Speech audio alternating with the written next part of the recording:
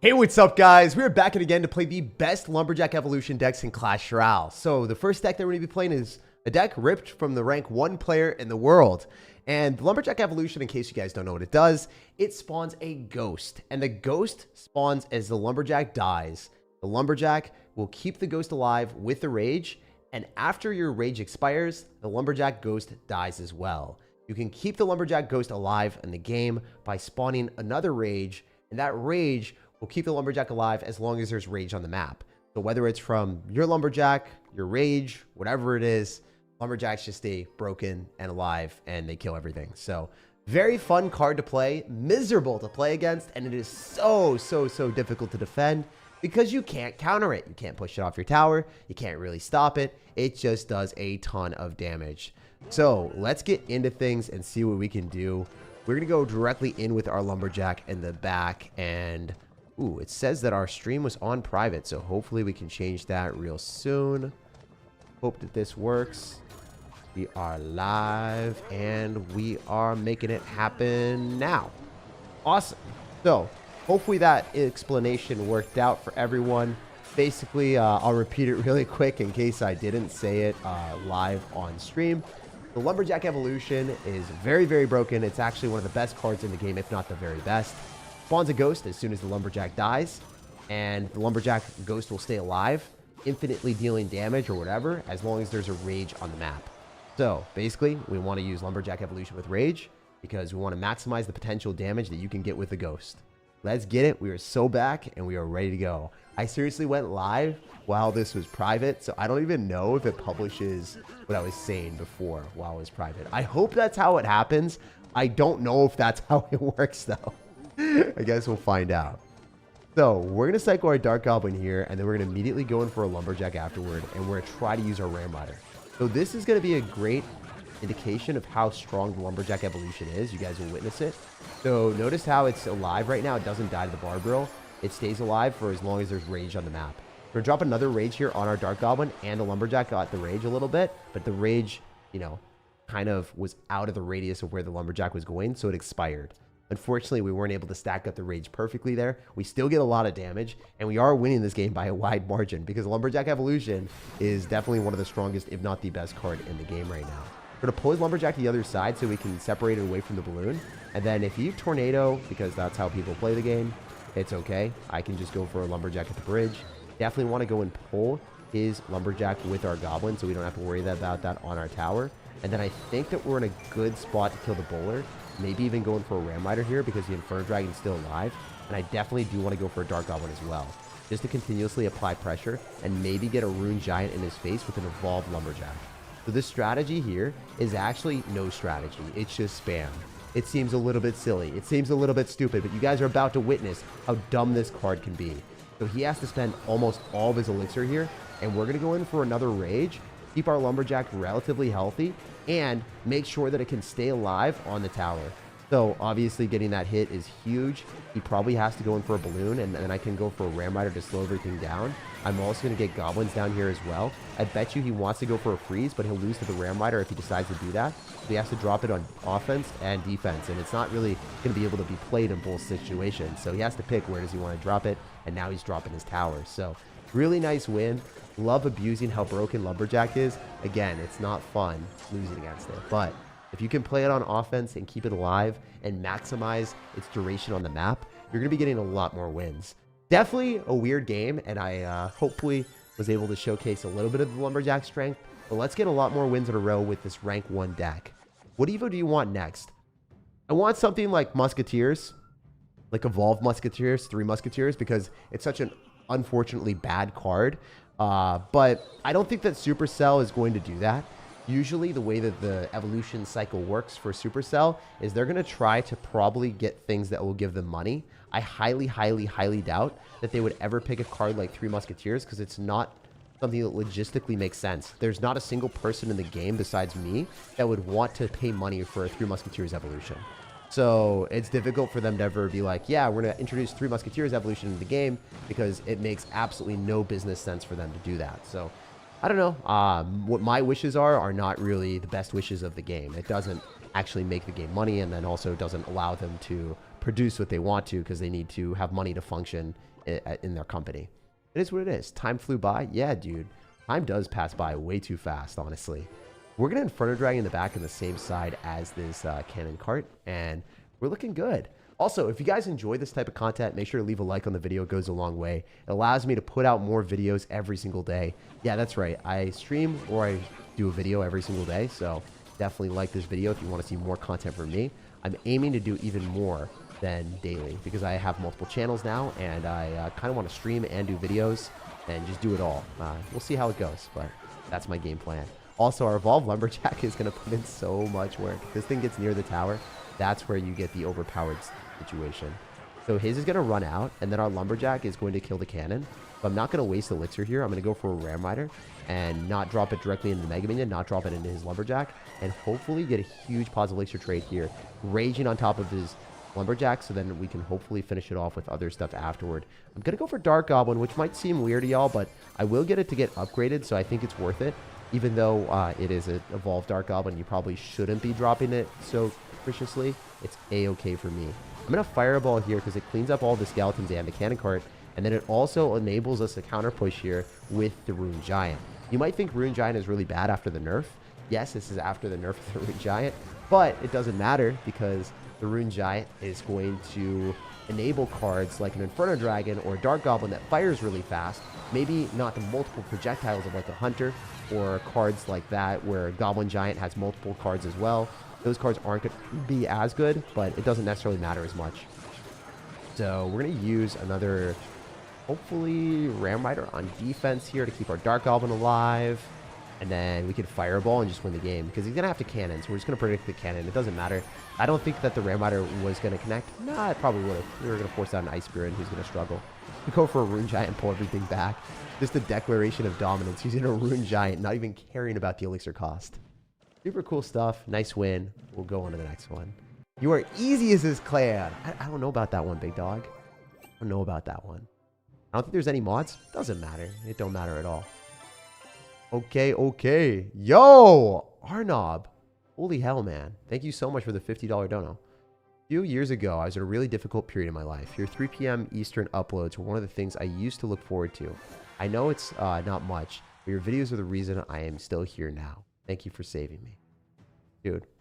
Guys, get some hearts in the chat for Arnob. That is genuinely one of the sweetest messages that I've ever gotten in my entire time here on YouTube. And dude, we're lucky to have you here. Genuinely, it seems like you're a really nice guy. And yeah, I'm glad that, you know, you're here with us. Life can be tough, and you know, not every single time like you're gonna have someone there for you, or you're not gonna have like the situation the way that you want or deserve even. Like life can be really rough. And I'm just, you know, I'm happy that I was able to give you a little bit of happiness during those tough times, man. And if anything, guys, another thing is if you're going through something tough, tough times pass. Like really rough days come and go. I actually had one of the worst days ever today. I'll tell you guys about that later. It was a meme adventure, but you know, it's done. The day's done. I got through it, and tomorrow's gonna be a better one. Super funny how life works like that. And you know, the low, really crappy points. I'm sure Arnob can attest to this. I've said this to everyone. I say this to myself too. The really bad days make the better days feel so much better because you can compare the bad days to the good ones, and you really know what bad days feel like. You know, I'll say this once because this person was actually like not a good person. One of my, I was around someone that, you know, lost their mom really early on in life, like super early on, a really bad way. It was unfortunate. It was super sad. And then one of their friends started like saying, oh, you know, I can't believe my mom didn't pack my lunch correctly today. And they said it around that friend, and they knew that person like lost their mom, and they were complaining about their mom not packing their lunch correctly. I was like, damn. So like, if you don't have bad things happen to you, sometimes you can turn out like that and you just have no awareness of how lucky you actually are. And for that, you know, like if you have bad things happen, you just know, you know, you have a bit more awareness in situations. Obviously, I think it takes a special type of person to be like, you know, saying that around someone that lost their mom. But yeah, no, it's like, I just always think about that whenever bad things happen. I'm just like, you know, it's training me to really be more resilient and also be more empathetic and understanding for other people. Also, I'm definitely taking the L here. I mean, I wish that we wouldn't take the loss here, but you know, I think we're taking an L here, guys. Wait, he logged? Actually, what if we do one of these? You know, just casually spam all of our stuff on the left side and have the Rune Giant buff a Dark Goblin for the one time? Oh, he just logs again. I'm just cooked. Well played on the opponent's end. I mean, there's no shot that I win this. He's going to have Cannon and then Goblinstein. So Cannon Goblinstein is super, super good into us. He's just trying to Earthquake Cycle me, actually. That's disrespectful. That's disrespectful, my dude. The Firecracker is so annoying. Wait, we kill that. Okay, wait. Let me cook. Wait, let me cook. Let me cook for a second, dudes. There's a chance. I'm telling you, there's a small chance. It might not be much, but if the Inferno Dragon locks on the tower and the Ram Rider takes the target of the Gowenstein, we ransacked the Wolves Clan. We are now the Apex Predator. BNet, Battle.net. You have lost the war, my dude. Wow. That's unbelievable. Bro, really restarted the stream? Yeah, I generally restart streams for VODs if, you know, I don't play well at the very start, or the games are just kind of bad, or if you start a Philip DeFranco episode and, like, I don't know. There's I was like so mystified by how many bad things happened that last stream. I was like, we got to stop it. We got to stop the shenanigans right now. So yeah, sometimes like as a YouTuber and as a content creator, you want the VOD to be long time worthwhile for everyone. If you don't have a long-term worthwhile VOD, people are going to click off of it. And then, you know, for me, I got to make some money on content. I can't release trash content to you guys as a point of pride. And also, secondly, like, we want to make sure that the videos are worth watching for people. This started off a lot better. You know, we didn't have galaxy-sized fails. I've also had live streams where I literally had the bitrate at the wrong rate, so then you guys saw me in potato quality, and I'm like, oh, wait, we can't publish that. So I, like, actually had to delete the VOD, put out a new stream, and do it again. There's been so many shenanigans that I've done before over my years of streaming that, you know, you'd think I'd never mess up, but I do quite a bit. Tag time is 10:56. Yeah, it is 10:56. Why do you place your Ram Rider always on the side of the bridge? Because it gives it more leeway to potentially bypass stuff. All right, we're going to go Rune Giant here with a Ram Rider, and then I'm just going to try to use Inferno Dragon on this golem. We want to exhaust all of his elixir here. Oh, he doesn't seem like he has any idea of defending. He doesn't really care about defense. He's not one of those players. He just goes all in for the win, I guess. You know, that is a way of playing Clash Royale. It's not a fun way of playing against someone, but it is a way that sometimes people play, you know? It is a way that sometimes people play. All right, we're going to go Dark Goblin here.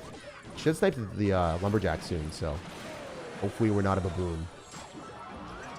We're going to go in for a Fireball here. This is looking really rough, honestly.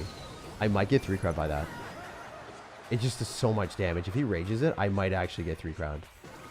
Holy. He's one of those players that's actually just going to unironically Lumberjack and try to 3-crown me. So I need to try 3-crown him as well. Maybe he's smart enough to realize that if he goes in the other side, he's going to get 3-crowned. Hopefully he's dumb. Okay, yeah, that's not the smart play for him. He might get cooked. I hope he's cooked. It's really going to come down to this. I don't know if I win or lose, but it's going to come down to this push right now. Win or lose is all this. All the time, baby. Let's go. Let's lock in. Let's lock in. Oh, I'm actually just cooked. That card just kills me. That's fun.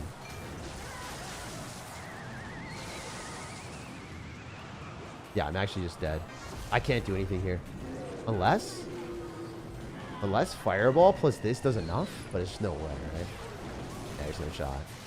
So yeah, he barely wins this one. Hey, we lose one game here. It's fine. Guy had Electro Dragon with a Goblinstein. So he had 2 ways of shutting down our Inferno Dragons. I can't complain about that. It's one of those wars where we almost 3-crowned, get 400 HP left on the tower. We take that. SirTag is a good way of ending the night. Yeah, man, 100%. He didn't care at all. No, he really didn't care at all. He actually did not. It was insane. The guy just went in there like a wild child. All right, we're going to try to go for a Lumberjack soonish. We'll see how this goes. I'd like to go Lumberjack and then not use the Rune Giant, but maybe Rune Giant Lumberjack was probably the right play. He could have activated King Tower with that, so that was a little bit of a fumble on his end. We'll take it. Wait. Oh, baby. Oh, never mind. Could have been good. Could have been. Would have been. The Ram Rider, he'll probably go in for a Fisherman again. I think he's back to one. Yeah, he is. I kind of thought he would activate King Tower, but he didn't. We'll take it. We'll take it.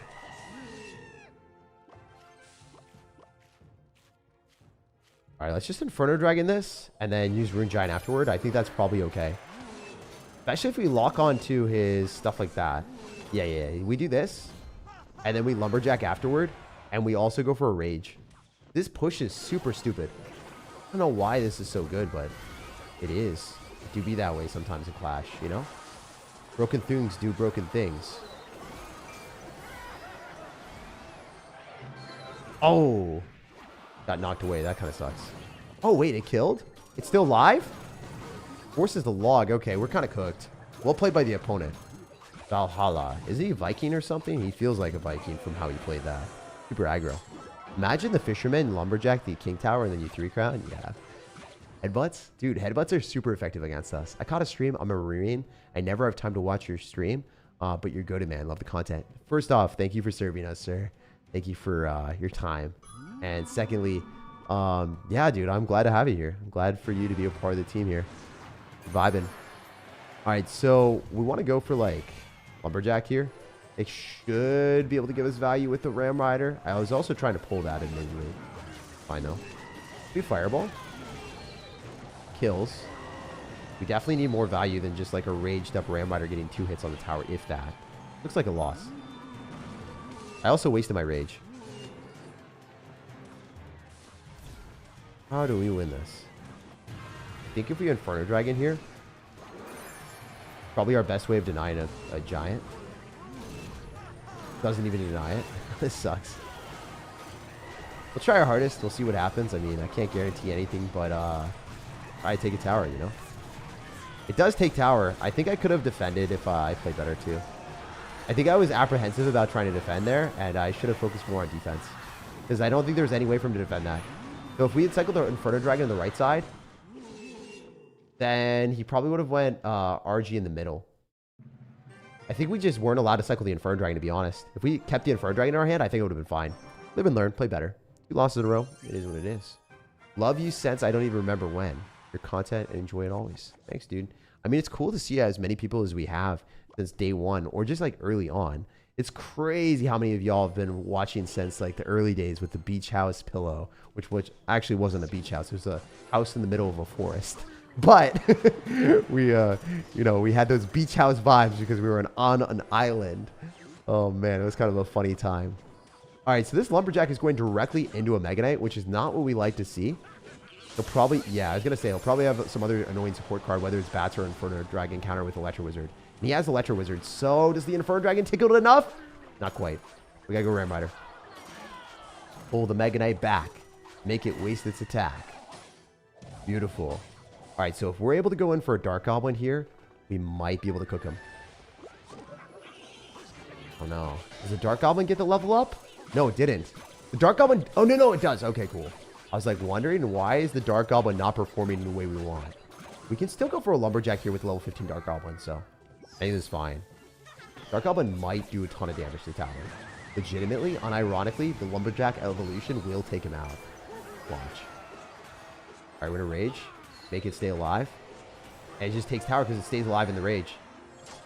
So worth the 2 elixir. And it would have done like 600, 700 more damage there too. It made its way to the King Tower, so it had a lot more juice left in the tank. Remember when you used to Rage 2 last stream, missed the Skellies? Oh, dude. We don't talk about those plays. We don't remember those. We don't talk about those. Oh, man. It is that sometimes. Sometimes those things just hit different. Just like a prince charging on your tower. That shouldn't be a thing? No, it shouldn't be a thing, but that's the card. That's what it does. We'll play a couple different decks as well. Can you show a limb? I have arms, dude. What time do streams start for SirTag? I'm going to try to start them around the same time, but I haven't been able to. Kind of had a weird day today. Definitely not a good day. So because of that, like I wasn't able to stream on the day, on the timing that I wanted. I'll tell you guys a little bit about it soon. It was kind of a crazy adventure. He's going to Electro Wizard. We'll Fireball. We'll Rage as well. It should just die. Nice. We get to conserve our elixir here. Wait, how does the Lumberjack Evolution do into a Mega Knight Evolution? Guess we'll find out. Mess around and find out, guys. Are we okay? We're not. Oh, we're cooked. Ooh, that is not good. That was a lot of stuff going at me. That was way more than I wanted. More than I bargained for, brother. How about we do one of these? And you get it to Electro Wizard on this Inferno Dragon, we Lumberjack it, and we cook you. He's not doing what I want him to do. Not listening. He's got the heart of the cards, Yugi boy. He's kind of a heartless individual. This is so bad for me, actually. Even if I play well, I think I'm dead. I'm gonna fireball this. The Dark Goblin needs to kill the... Wait. Does it kill? No, it doesn't. He's dead. Unless... I mean, kind of okay-ish. He's really playing poorly, so there's always a chance, you know? Especially if we get this Ramwider to put in work. So, like, Fireball or Rage here. Ah, it's a weird game, man. It's a weird game. That's a dead Electro Wizard, but also the Lumberjack doesn't reach. Not even close. Hopefully he Hog Riders. Alright, cool. Not really where we wanted the Hog Rider, but he did Hog Rider. Alright, that's really not where we wanted Hog Rider. Jeez, man. Yeah, you know, it'd be cool to play against a deck that did not have an Electro Wizard. Did we lose the last 3? Oh, we did. Alright, so we started off strong. We won 3. We lost 3. Oh, the tables have turned. This deck may be number 1, but I definitely lose every game with this as Mr. Orlando. It happens, man. You saw, like, if you match it to someone that's got Electro Wizard, it's definitely more difficult in certain situations. Deck is, you know, is really good, but you can lose with it, 100%. Hey, Tag, love the content. What's the purpose of the Rune Giant in this deck? I got you. Rune Giant is for enhancing the attack speed with cards. Or, sorry, the damage with cards that have really fast attack speed. So, for instance, Dark Goblin attacks really, really quick. So, it's nice to get extra benefits from that. It's nice to get more damage with each shot from the Dark Goblin. The Inferno Dragon attacks really, really quick. So, it's nice to get extra benefits and more damage with each shot. I also thought we were going to kill the Fire Spirit there, but I guess not. I could have raged and then that would have died too. It's okay. Maybe it's not okay. We didn't get through. This is looking really bad for me. The Chef is super bad on defense, so we want to be more aggressive here, I think. Oh my goodness. That is a generational cookage. That is a generational cookage, and it's going to kill me because he raged up. Oh my goodness. Oh no. We got to witness how good it can be as our opponent's card. It's okay. It's okay. We have it too. Have it too. Rest in the heart of the cards, Yugi boy. We got this. Go Rune Giant here.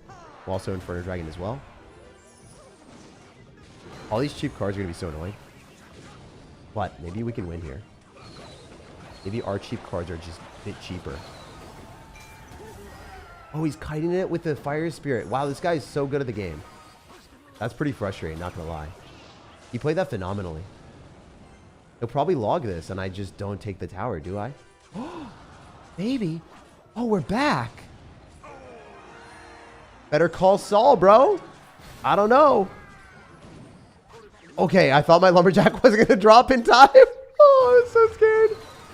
Mom, pick me up. I'm scared. Please, don't hurt me like that, sir. All right, we're going to Rune Giant in the back. Oh, my gosh. See, it's uncounterable. You just have to take the damage. That's so stupid. That's so stupid. It's so gimmicky. That shouldn't be in the game. There's no reason for that. The amount of damage it does is crazy. Actually, insane. It's a little bit silly. It's a little bit silly. He's going to try to cycle back to another one. He will be able to. Got a fireball here.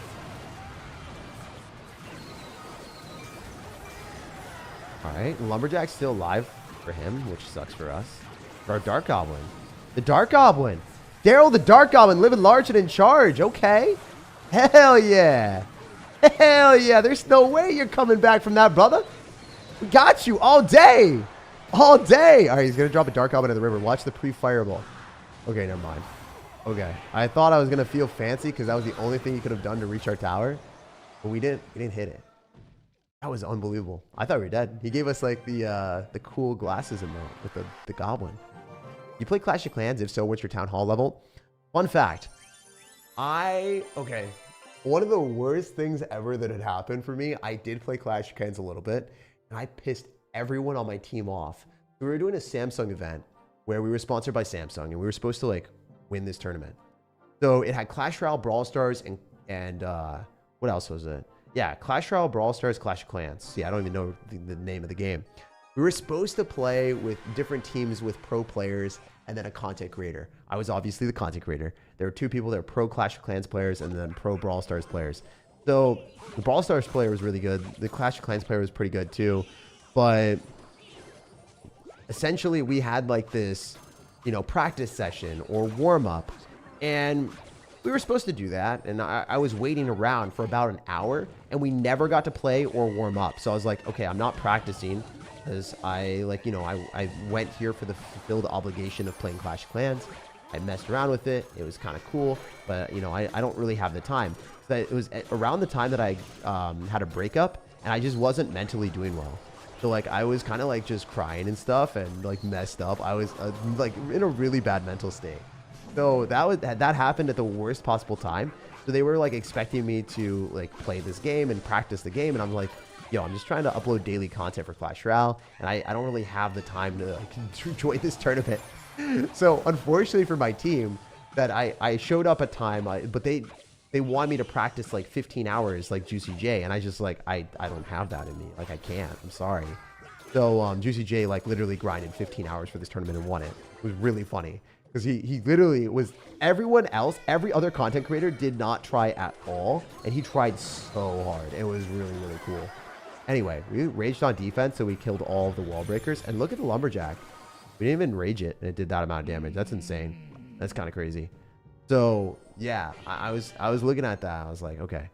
When I played Clash of Clans for the first time, because I had no practice whatsoever, I didn't even know how to drop my cards correctly. I didn't know what the things did. I had never played the game before, and we were playing in a prize money tournament. And I felt really bad for my team, but also at the same time, I was kind of traumatized by it, and I didn't enjoy it. Then I played it again with Judo Sloth, and I super enjoyed it because Judo Sloth was like patient. He was in a nice, you know, demeanor. Like he was really cool and explained the game to me. But the issue is I'm still traumatized by that one experience, and I don't like Clash of Clans near as much as Clash Royale. If you look at Clash Royale, it's super interactive. It's fast-paced. You get rewarded from micro interactions. Obviously, there's a lot of gimmicks like this Rune Giant Evolved Lumberjack thing, but for the most part, there's, you know, this is a gimmick that will stay strong for a little bit, and then we'll nerf it, and then it'll go back to being fun, you know? And this is still fun to play for a little bit. It's just, you know, undeniably overpowered for sure. Anyway, we're gonna wait for our Lumberjack to die. Drop our Dark Goblin directly into that like an absolute chimpanzee. And we're still in an okay spot, not gonna lie. It's not that bad. I mean, it's not great, but it's not horrendous. It's not unwinnable. It's winnable. So yeah, we'll just continuously play poorly and win, hopefully. Never know. You never know how it's gonna go. Maybe you guys do know how it's gonna go. I don't know. I don't know how it's gonna go. I'm just gonna spam stuff and hope it works. As you know, I casually talk about how so much strategy there is in Clash. No, I'm just talking about like how it's fast paced. It's more fun that way.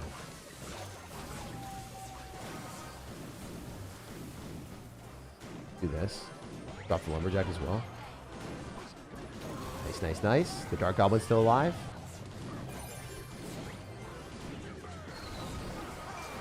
Alright, we're gonna wait like 2 seconds, then we're gonna go for the rage. By 2 seconds, I mean a lot more than 2 seconds. But it is doing so well because it's unkillable and it gets the bonus damage too. That's the problem with it. The bonus damage happens when it's unkillable, so then it can take entire towers. You feel me? I just cooked. I think I'm cooked. I'm just dead. Because I can't kill the Mighty Miner. That kind of sucks. GG. Guy's a little bit BM, but I mean, our deck is super toxic. Micro interactions in Clash of Clans can get kind of complicated. Yeah, see, it's like with Clash Royale, you understand, right? You see armies, you see stuff die. A lot of times that's kind of how it was. And then they buffed like stuff like, you know, Rune Giant and leveling, and it's a little bit more obfuscated and it's harder to understand. But for the most part, Clash Royale is easy to understand comparatively. What time is it for you right now? 11:14. That's the time for me right now. All right, we're gonna go Lumberjack. Almost halfway through my drive to Jersey. W. Hell yeah. I'm glad that you're safe too. I guess you're probably stopping at red lights and stuff and then, you know, texting us then. All right. What are we going to do? Maybe we can go in for a Ram Rider here. Also, running the Pancake Tower is super, super fun still. Even after the nerf, it's just getting that overpowered tower troop is just really cool because the level advantage that you get destroys your opponent in so many situations. All right, Inferno Dragon's going to kill the P.E.K.K.A. Even if you Tornado, I think I'm in a good spot. I don't think that you're going to survive that. Cool. And then the Inferno Dragon's closer to the tower, so it launches itself upon the tower, dealing how much damage? 300. Not bad. Oh, it's Lake 21. Oh, I'm sorry. I said the thing wrong. Yeah, I think I said Lake 22 by accident. You play in League? I played Vladimir, and then I played Tristana as well. I like Tristana a lot. I'm going to wait a couple seconds for this. Dark Goblin here hopefully hits the wizard. Oh, that was chef's kiss, guys. That was it. That was a very, very good play on our end. I'm proud of that. Let's just see how this goes. I don't think I'm defending against that Elixir Golem anyway, so might as well try to 3-crown him, honestly. He's down so much Elixir. I think he just gets 3-crowned by a Dark Goblin. Typical Elixir Golem players, man. Straight up, Elixir Golem players do not play the game correctly at all. Like, they do not know how to play this game. I'm not joking. They just do that. They just all in all the time. You were a StarCraft 2 Pro, weren't you? I think that's a little bit, like, embellishing my my record. Every time I played against a pro, I got stomped. Whenever I played against Idra, he just called me trash. I was Grandmaster, but, like, a pro player, like, making money off the game is way different than a scrub that's Grandmaster that, like, wins $5 tournaments. I won, like, $5 prize money tournaments. I had fun with it, but yeah. Clash of Clans harder than StarCraft 2? No. Not even close, dude. StarCraft 2 is probably the hardest game ever. I mean, regular StarCraft is probably harder. But yeah, StarCraft is very, very, very, very challenging. It's so challenging that people quit the game because they can't really replicate things. If you take time off of it for about, like, a day, you're going to feel like your mechanics are worse, and you just do not want to play the game anymore. For me, it felt like a job maintaining my skill level, and I wasn't even that good comparatively to, like, top level players.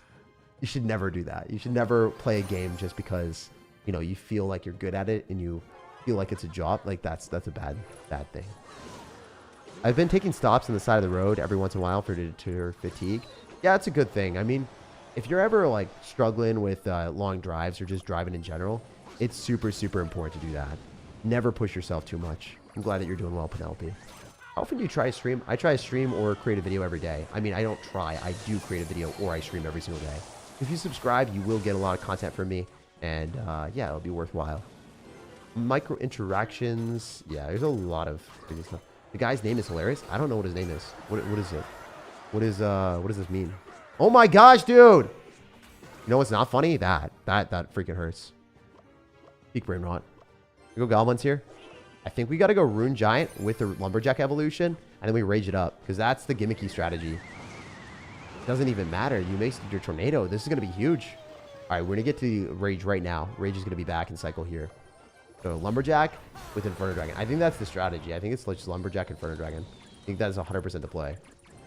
Just don't see anything else working as well.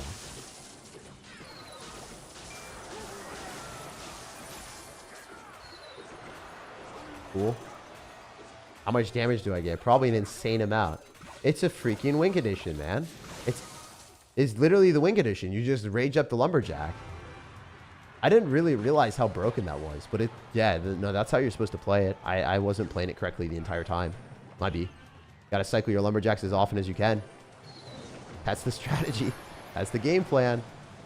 That's how you win.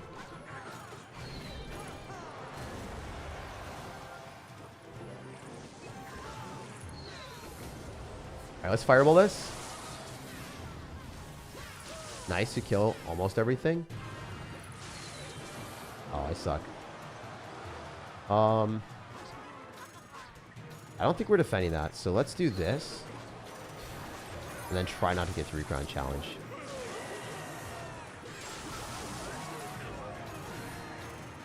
Oh, I'm actually going to get 3 crowns so fast. That's terrible. That's horrendous. Unless I don't. But the Lumberjack's on my towers still, man. That's so frustrating. Like, it actually lets beatdown decks just go all in all the time. It's so gimmicky. We get Lumberjack sometimes too. We're not always the Lumberjacker. Sometimes we're the Lumberjacked. It should not stay alive in the second. Yeah, there's nothing I could do. It's Japanese for dude with big balls, basically. He did have big balls. He really did go all in there. He was that guy. He was him. Pause. Yeah, no. That is for real. That guy. He fulfilled the name. He really did not want to have any shame. He spammed everything he owned. Bit of a sacrilegious sir, but it is how it is.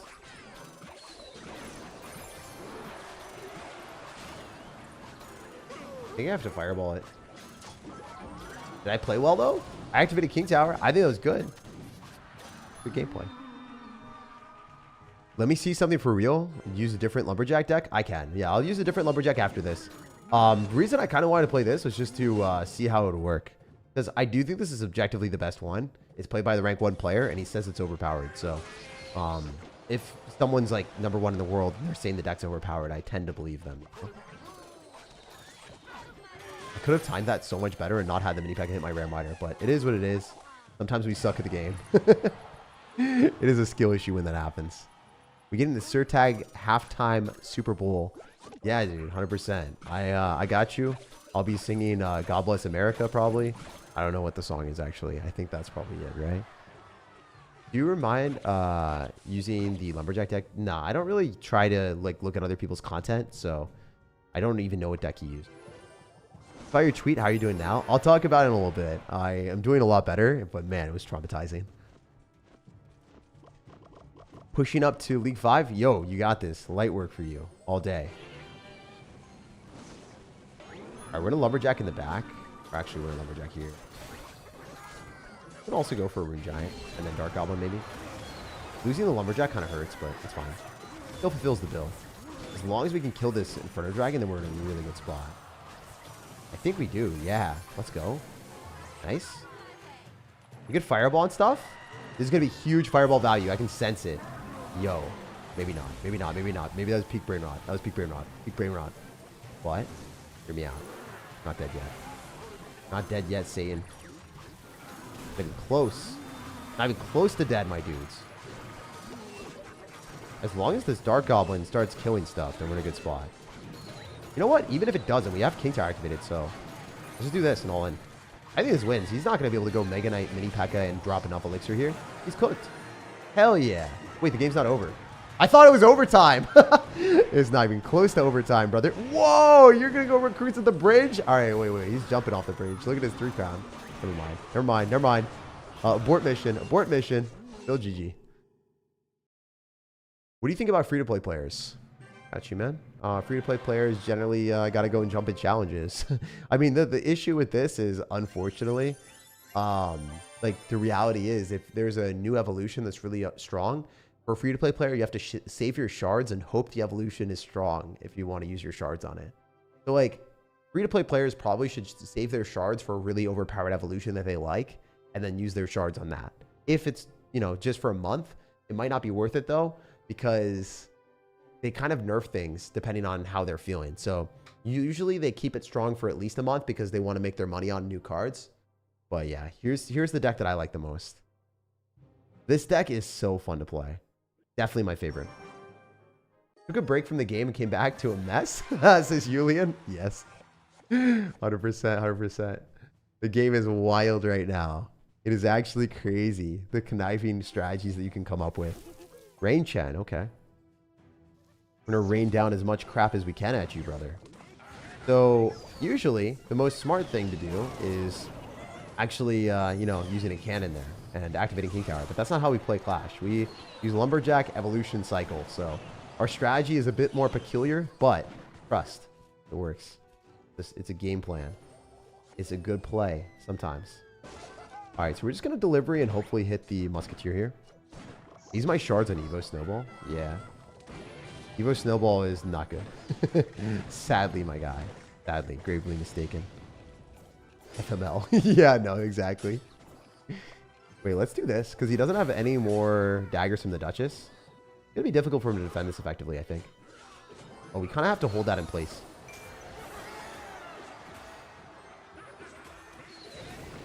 Lumberjack's going to die. Sad.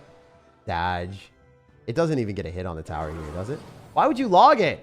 Bro, it doesn't get pushed back. He doesn't understand. Wait, this is going to be so funny. We're playing against someone that doesn't know what the Lumberjack Evolution does. What the heck? That was insane. I cannot believe he logged that. That was so funny. All right, we're just going to go in for guards here. A bit safer than doing anything else. Firecracker will be a bit of a menace, but it will die, so it's not that bad. We can go cannon here. It full counters the Hog Rider, so we're not going to take any damage. And then we can just Lumberjack to cycle. Hope he Earthquakes or something, like get the Wizard near the tower. I thought Snowball was going to be good because they play Siege, but yeah, no bueno. Yeah, same. I thought it would be really good with like Expo or something because you could retarget whatever they drop, but you have to kind of make predictions and it's not necessarily really reliable. It's cool and gimmicky. Like I was able to make it work and pull the unit off a Musketeer and then had the Musketeer retarget on the tower and that was really good, but yeah, kind of funny. We need to get SirTag as a commentator for the Clash Royale Championship.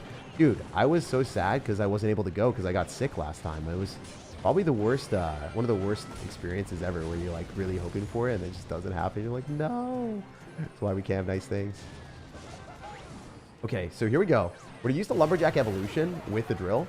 And what happens here is the drill should take all of his cards and make sure his units are near his tower. So then Lumberjack should lock onto the tower here and enjoy the rage.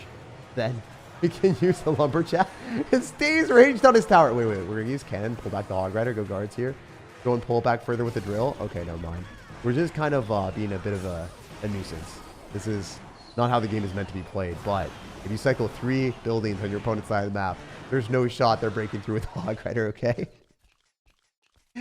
I'm playing Clash Royale while listening to the side. Yeah, that is a good vibe, man. I like listening to things while playing at the same time.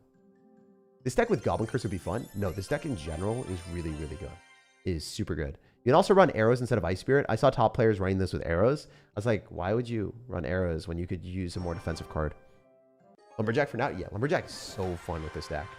This is the deck that I made a video on, and I won pretty much every game, so I'm not going to spoil the video, so you guys will have to watch, but it was insane. Like, actually crazy.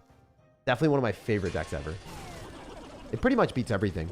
And having the Royal Delivery with the Cannon Evolution, which is basically another Royal Delivery, is so fun to play. We're going to Lumberjack here because we can afford to.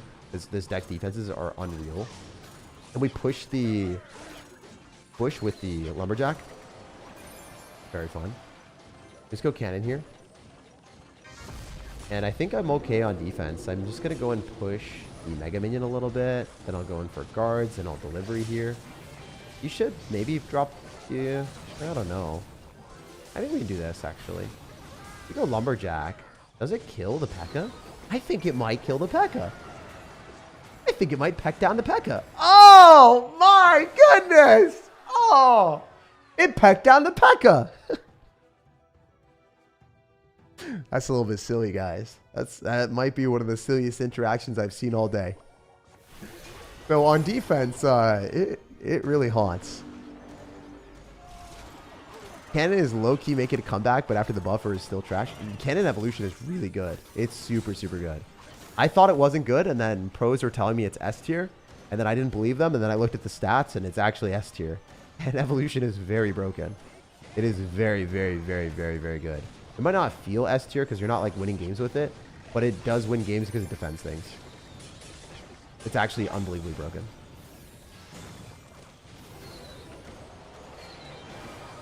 Nice. You get destroyed. That was nothing. Hee-haw. Hee-haw. Okay, watch this. Les Bush gets pushed by Lumberjack just for the troll factor. It is so fun to do. It's so troll, though. It's so troll. It's not how you're supposed to play the game at all, by the way. Do not do this. I did it, though. I'm sorry. Had to be done. We're drill in front. Also another bad decision, because I think the doctor... No, the doctor goes into the cannon. Wait, it was a great decision. I played it so well. I'm an intellectual, apparently. Picasso, if you will, of Clash Royale. Pioneering the ways of spamming. He's dead. There's no way, right? Lumberjack's still tanking. The Suts Bush Goblins, and he loses both towers. Like, I do think this deck, for me, is better, because I'm better at cycle decks, comparatively to, like, all-in decks. But I do think the other deck is better if you're better at the game or worse at the game. That's why I was more reluctant to show this as the first deck, but this is the deck that I've had more practice with and I've had more success with. I think this is the best deck for me and for, like, people that like cycle decks. But, yeah, the other deck that I showed at the start, I think is, like, the overall better deck. Saw your tweet. You're right. Healthcare is messed up. Shouldn't be a political issue to care about people. Had so many problems years ago. I hope you're doing better now. Yeah, I'll be talking about it in a little bit. I just want to have good vibes for the first like hour and a half. And then like hour 30-minute mark, I'll tell you guys what happened today. It was like such a bad day. Yeah. Thank you so much, Clay. It's wild, dude. It's wild that they allow that, or that's even possible. Who's better, you or Juicy? I never answer if you ask me if I'm better than OJ, Molt, Juicy, anyone. I don't really answer those questions. You can make your own conclusions. Generally, if I answer one of those questions, then I get a billion questions about it. So I just stay away from those type of things. Because, yeah, then things get clips sent to streamers. And I don't really care what people think of my gameplay or how good I am. But a lot of people do. So if I answer like what I think about anything, sometimes it gets clipped and then sent to them, and then some people just get really angry. So I think that the best way of like doing that is if you entertain a certain question about one thing. Like generally what people do is they'll answer like the questions of the people that they think they're better than, and then they won't answer it about the people that they don't think they're better than. I just don't answer at all. So then no one ever really like gets to clip stuff or, you know, take things out of context. And yeah, it's better. Also, look at how broken that is. He's gonna. Oh, you can actually log it back. I didn't know you could log it back. My bad. You can log it back, but it doesn't die. So it is broken. My bad. No, you're chill, man. A lot of people ask that question. I used to get real butthurt about it too. I used to be like, can't believe you would ask such a question. It's just a question, you know. It doesn't really matter. I'm just answering like why I don't like it. So then you can understand too. Is Chef Tower good after the nerf? I mean, the pro player that I sold the deck from seems to think it is. I mean, I don't know. It seems like Cannoneer, in my opinion, is better. But, like, I'm also not a pro level player. I'm not, like, the best player in the world or anything. I'm a top 1,000 player. My preference is to run Cannoneer and fast cycle decks. I think it's just more consistent. However, the rank 1 player in the world was literally running the deck that I showed you guys, the first deck for the first 40 minutes or so. This is doing really well for us. We're just going to Lumberjack every chance we get because it is very, very strong. Is Mortar Skeleton still good? What motivates you? Lots of stuff motivates me. I'm actually a very motivated person in general. So that's a good question. I guess for motivation, a lot of times I have things that I want to do and it makes me happy doing them. So I put as much effort as I possibly can to doing those things. So if something's important to me, I will stop at nothing to accomplish that generally. That is how I am as a person, which is a good and bad thing. Generally, if you have that level of motivation, you're going to accomplish a lot, but also at the same time, you're going to have an addictive personality that you can't stop doing certain things. So that's probably the biggest problem that I have is, like, I go way too hard at certain things, and I shouldn't.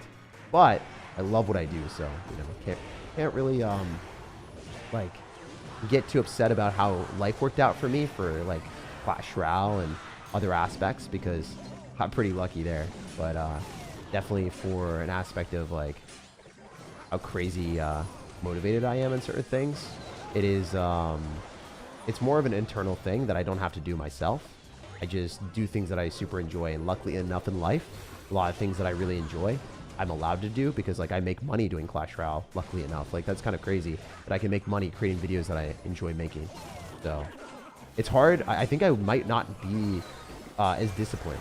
I think I'm very motivated, but I'm not disciplined. I think discipline is different than motivation. I think motivation is doing things that you want to do and things that you're inspired to do. I think discipline is doing what you don't want to do. So there's definitely a difference between the two, and I don't think I have as good of discipline, but I definitely have very good motivation. Does that make sense? Hopefully that does. If it doesn't, let me know. All right, let's try to win this game. I wasn't very focused. All right, we're in delivery. Cannon? He's going to try to outcycle me here, but I think that he gets cooked by Lumberjack. Yeah, he's dead to that. There's no way he defends that. Sheesh. GG. That was a fun game. ADHD makes motivation incredibly hard to come by, says Penelope. Yeah, I wouldn't know. I'm not necessarily like in your shoes. The thing is, like, a lot of times people try to like put themselves in someone else's shoes and they're like, yo, you should just do this. You should do that. But like, you don't know how the other person feels, like what their body autonomy is like. For instance, I am really bad at directions, like really, really, really bad with directions. I don't know why. My brain just isn't wired with that. But my memory is really good in certain situations. Like when I was younger, I think I memorized every Yu-Gi-Oh card and I knew exactly what everything did when I was super, super young. And I also was pretty good at StarCraft 2 and like optimized things pretty ruthlessly, like had all the macros and hotkeys on one side of the keyboard. And I was pretty good at that. I was also really good at math when I was younger. So I don't know, like your brain is built in certain different ways and some things you're just horrific at and other things you're good at. I don't know. That's one of those things. It's like consistency. Yeah, Chef or Beatdown in my opinion. Yeah, I mean, I think Chef is still good with Beatdown decks because a lot of my friends or pro level players that are also friends have been telling me that if you're running a Beatdown deck with Chef, your opponent doesn't necessarily cross the river very frequently because you are going to get that level advantage. So you're not going to necessarily you're not going to necessarily get screwed by the fact that your towers do less. Oh my gosh, why are you running this? I think that's a theme that we see in Clash Royale frequently. The why are you running this theme? We could do like a short series where you see an opponent with like an Inferno Tower and then also like a freaking, I don't know, Goblin Cage in the same deck. If you guys are here for that, the stream, so the game that caused me to reset the stream is my opponent had Goblin Cage with Inferno Tower and I was just sitting there with my Ram Rider deck like, why are we playing against this? What did I do to deserve that? Also, we're in Ice Spirit so we can hold the Prince in place. That was another one of my reasons for running this version of the deck. Oh, that hits. That sucks. Yeah, I like this version of the deck because with arrows, you can't hold something in place, so your Lumberjack Evolution gets more value. But with this deck, you can. All right, we're going to go drill here. All right, that's suspicious and not very delicious or nutritious. It's unfortunate we messed that up. All right, so another thing with this deck is I love Lumberjacking. Oops, just clicked. That's going to cost me the game, I think. I did hit a good Ice Spirit-ish, but I didn't mean to drop the Lumberjack there. Sometimes that happens where I just cycle the wrong card. I'm like feeling really bad about it. Have you guys ever done that where you mean to like drop something in your hand and then you drop it in the back and you're like, oh, where did we go wrong? We lost a friend somewhere along in the bitterness. Or in the, what is it? Where did I go wrong? I lost a friend. I don't remember. Anyway, that was not ideal. It was a very, very unfortunate interaction. Still okay, though. We have the Evolved Lumberjack, so maybe we can cook. Oh, there's still some cookage left in the tank. Okay, maybe not. Let's see.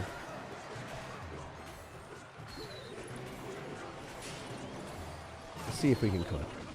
It's not destined to cook right now. We might get destroyed. Ice Spirit did not jump. If that Ice Spirit jumped, we might be able to get him. GG, well played to our opponent. We'll jump to the next one. This is actually the first game I think I've lost with this deck. Or the ones that I could remember. Maybe I've lost and I just pushed them out of my memory bank. I'm not 100% sure.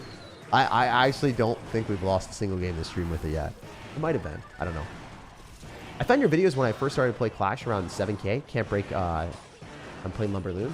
Yeah, you got to switch decks if you don't like the deck. But otherwise, like, you can continuously play Lumberloon and master it. You know, it's one of those things where you will definitely reach over 7,000 trophies. Maybe your card levels aren't high enough right now yet. I don't know. Any advice for someone that with a tech background who trying to secure contracting jobs? I can't secure employment for legal reasons. Okay, so one of the things that consistently happened to a lot of my friends that were, you know, international, and they decided to like come to the States and try to get a job.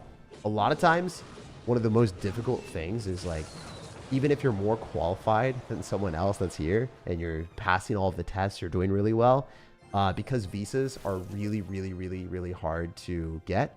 You're way less likely to get the job because the amount of money that the tech company has to put out front to get you there is like way, way, way higher.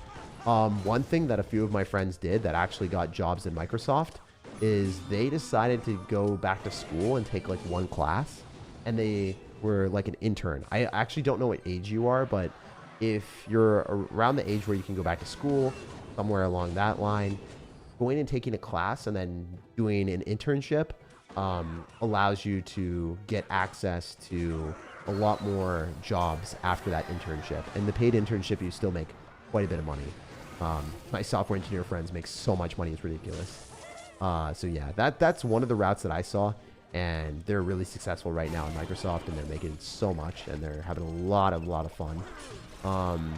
But to be honest, the other thing that I witnessed, my friends that were able to get jobs recently, because the economy is, it's like hard to get jobs, even if you are US based, or like maybe, I don't know, like let's just say straight up, like no matter what you're doing, it's going to be difficult. But if you're able to make it happen, a lot of times people would be applying to a ton of different jobs at once. Like knowing that it's likely that you are probably not going to get the job that you're applying to is discouraging. But if you're applying to a ton of different jobs and you're using LinkedIn and you're trying to, you know, reach as far as possible, you just have to take as many chances as you can possibly get, and eventually one of them will work out. And if there's like, you know, an interview or something, you kind of have to go above and beyond and put that extra work in early, and hopefully it will pay off for you later on. I don't know if that makes sense, but like a lot of times if you are willing to go over and beyond in like the interview process, for instance, with one of my friends like did a really good presentation with like TikTok, I think. He got hired there because he went over and beyond and did more than they expected. And the other people around him were not willing to do that. I think that's with most things. Okay, looks like we should take the tower here on the right side if I rage up the Lumberjack. What a dumb combo. Like, also, I think this guy's a little bit sad. He's Elixir Collector into the back. Nice. What advice would you give to a free-to-play player who wants to max out only one deck and climb to the top of the ladder? Well, you're doing the right thing. If you want to max out one deck, make sure the deck is viable in almost every meta. Make sure you're not like maxing out, like I hate to say it, a Golem deck. Golem's fun, but like, man, it was a rough time to be a Golem player in the meta where Electro Dragon and P.E.K.K.A were dominant. Oh, Golem just wasn't it. It was super hard to get the 20 win with. I would have played it if I could because it is one of my main decks. I wasn't able to. Like, I couldn't get the 21 with Golem. I wasn't good enough to get the 21 with Golem. Berserker needs a buff. I think that Berserker is pretty well balanced. Where'd you go to college? I actually dipped out of school. I did not finish my degree. I got into UPenn. I got into Holy Cross. I got into a lot of different schools. They were pretty good. And I never went. So, yeah, I just went to Bentley University. Had a 4.0 and then decided to leave because I was missing out on a lot of opportunities for Clash Royale. As dumb as that sounds, it's pretty cool when you get like these opportunities to travel to Korea and China and wherever you want to go. And then you're not able to go because you're doing a group project for 3 other people in a college course where those people don't even want to put in the work to get the A or get the highest grade they can get. And you're doing all the work and then getting no reward, and you're missing out on real life opportunities. And then I was like, I can always go back to school. But I do think that college is generally pretty good for most people. I'd say 99% of the time. If you have to ask if school is right for you or not, then school is generally probably right for you. That is the way that I see it. Because like, if you have a very clear vision and you know what you need to do, and you're like, oh, I'm missing out on X, Y, and Z, then sometimes things are meant to be. But yeah, I do think that if you're trying to climb ladder as a free-to-play player, don't get super discouraged. Use all of your gems on classic challenges and try to level up that way. Hopefully that helps you out. But yeah, definitely use your gems in challenges. Generally the best thing. Hopefully they buff challenges soon. Also make sure that you are logging in and getting those lucky drops every day, because the lucky drops are ludicrous, the amount of value that you get from them. 1.6 mini P.E.K.K.A cycle? No, this is a Lumberjack stream. We can't change it that much. Then I get in trouble for baiting all the audience that was here for Lumberjack. Sometimes I do stuff like that, and then I look at the retention rate, and I just see it fall off of a cliff, and I'm like, why did it fall off of a cliff? And then I have to realize that, you know, as much as I'd like to think everyone is here to watch me, sometimes people are just here to watch the, you know, what I bait, like what I said in the, yeah, I guess said in the title and thumbnail, you know? To say baited, but I was like, I don't want to bait people. what I give in the title and the thumbnail, you know? Bring people in with the title and thumbnail. And then you got to deliver on that title and thumbnail or people are going to leave.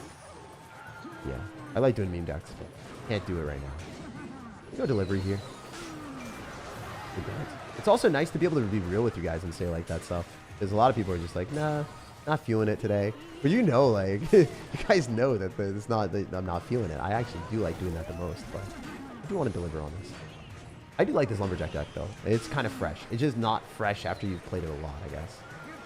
Lumberjack deck's so toxic. He's also got Dark Prince, so this matchup is definitely good for him, I would say. Drop a sus bush up in here. Get sussy out here. I think this could be good. Maybe. We'll see.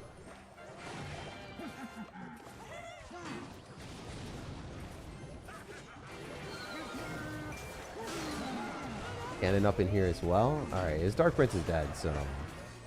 What is he expecting to do? There's no way that is going to work out for you, bro. 0% chance, right? Lumberjack Evolution, too, for us. Very nice. Alright, let's raise this up so that we can kill the Spear Goblins. I didn't love doing that, but I think I needed to. We get the Battle Ram to pop, which is good. We just delivery on the Spear Goblins, maybe. Or we can go Lumberjack. I think that's better, maybe. Yeah, can we do Lumberjack, then we tank for that, and then we can get back to another. That is so annoying. We might barely win, hopefully. Actually, I hope it's not barely. I hope it's very dominantly. But I think it will be barely. Barely. Okay. Okay. He's kind of hoping I'd kind of ignore and spam more, but that's not my mantra right now.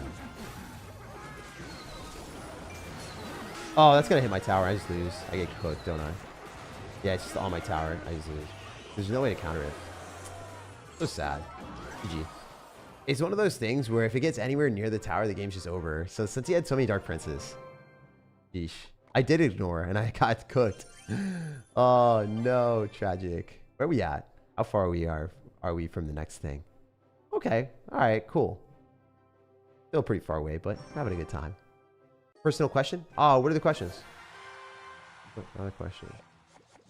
Is there a point to doing challenges, though, when one lucky drop is better than a classic 10 win? It's so much harder to get a challenge. Yeah, that's a thing. Like, you're right. 100%. I'm just saying, like, for you to not go insane and having even level cards and enjoy the game, I think the challenges also are part of the experience of enjoying the game. Because it's really, really, really challenging to play Clash Royale and not go insane when you're playing the exact same deck over and over and over again and your opponents are higher level than you. So I would really recommend challenges from a standpoint of like, even though the rewards aren't necessarily worth the time invested, they still are the best utilization of spending your gems that are in the game. It's just how it is. The way of spending gems in Clash Royale suck, and that's really the only thing that you can do that is straight up value for it. It's just not valuable for your time. The lucky drops are by far the most important thing. So being active every day, that is the way to guarantee it. All right, we're going to go guards here. We should be able to completely counter this Prince. I'm going to go drill as well. That's a +2 trade with him cycling the Prince there. Oh, that Ice Spirit was super stupid. Yeah, I super sold.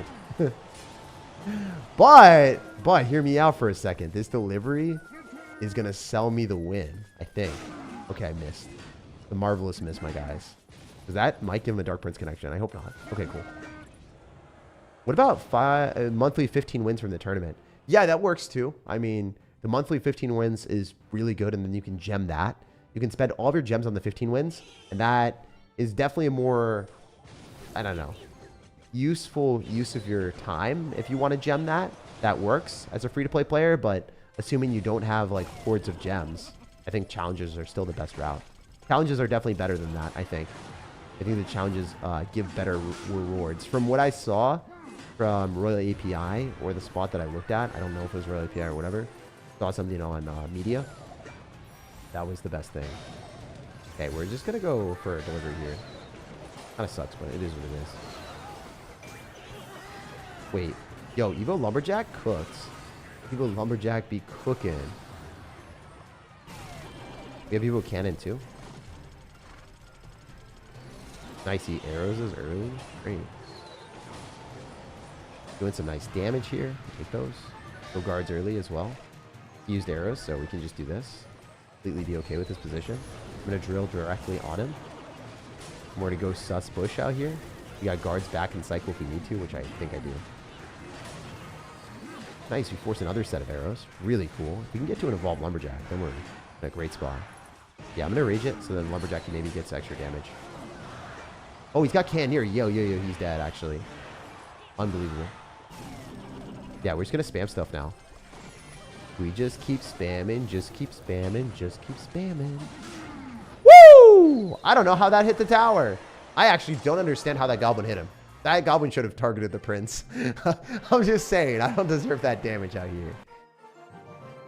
The gameplay in a classic challenge is more enjoyable than ladder. The 10 gems are worth it. Yeah, that's the way I see it. Like, you should be playing the game for fun too. So if the classic challenges retract from the enjoyment, I think you got to find a different way of, like, you know, putting it in your brain. Like, you're not doing it for just the gems, right? So a lot of reasons why YouTubers like Molt and those guys like got super burnt out in Clash Royale is because they didn't treat it like a game for a little bit. I think they said that too publicly. I think Molt did. And maybe I'm wrong. There's another YouTuber that's like, I treat it like a job and then I get burnt out because I'm not really looking at it as a game. If you treat Clash Royale as a way of earning rewards so you can max out instead of as a game, then it becomes less fun. The thing for me in StarCraft 2 is I treated Clash Royale as a game, but I treated StarCraft 2 as a job. And then I hated it because I felt obligated to get the highest skill level, reach the highest ranks, and maximize all my rewards, right? So then you just have a worse time. I think that's definitely the most important thing to realize is, like, are you treating it as a game or are you treating it at... That's clipped and sent to Molt. You're cooked, JK. No, I think Molt would honestly, I think he said that in his videos. He'd be like, yo, Jake's a fan. I like Molt. I unironically really like him as a creator. Tag has no enemies? Oh, that's definitely not true. No, dude. There was some person on Reddit that hated me. Oh, man. There was like some controversy or something. And a Reddit mod actually pinned it in the actual Clash Royale, like, freaking server on Reddit. And that pin is only reserved for balance changes and Clash Royale updates. And that stupid moderator hated me so much that he pinned it. It was so funny. I was like, what the heck? So yeah, I don't know. To be fair, I also have been like so super tilted once in a while whenever I lose a game, and I'm just like, screw that. I say that on stream or like during video or whatever. And then that one person will be an enemy for life. They'll be like, I can't believe SirTag did that. And it's like understandable in a lot of situations. Like if I had a YouTuber say like my deck is low skill or that I'm a bad player for like using an overpowered deck or whatever, even if he's right or maybe if he's wrong, like I'd still be like pissed at him a little bit, right? Like, you know, that's just how it is. It's the same thing as where, you know, someone's a bad person, right? Like, let's just say someone's a bad person and you're friends with that person, or you see someone that being friends with that person. A lot of times they'll stay friends with that person, even if they know that they're a bad person, just because they've had so much personal history with that person. Does that make sense? Like, the same thing is like, if you are neutral about someone and they do something slightly off-putting to you, even if it's like not that bad of an interaction, or like if it's understandable, you'll probably dislike them more. So that's just kind of how it is. That's how things are.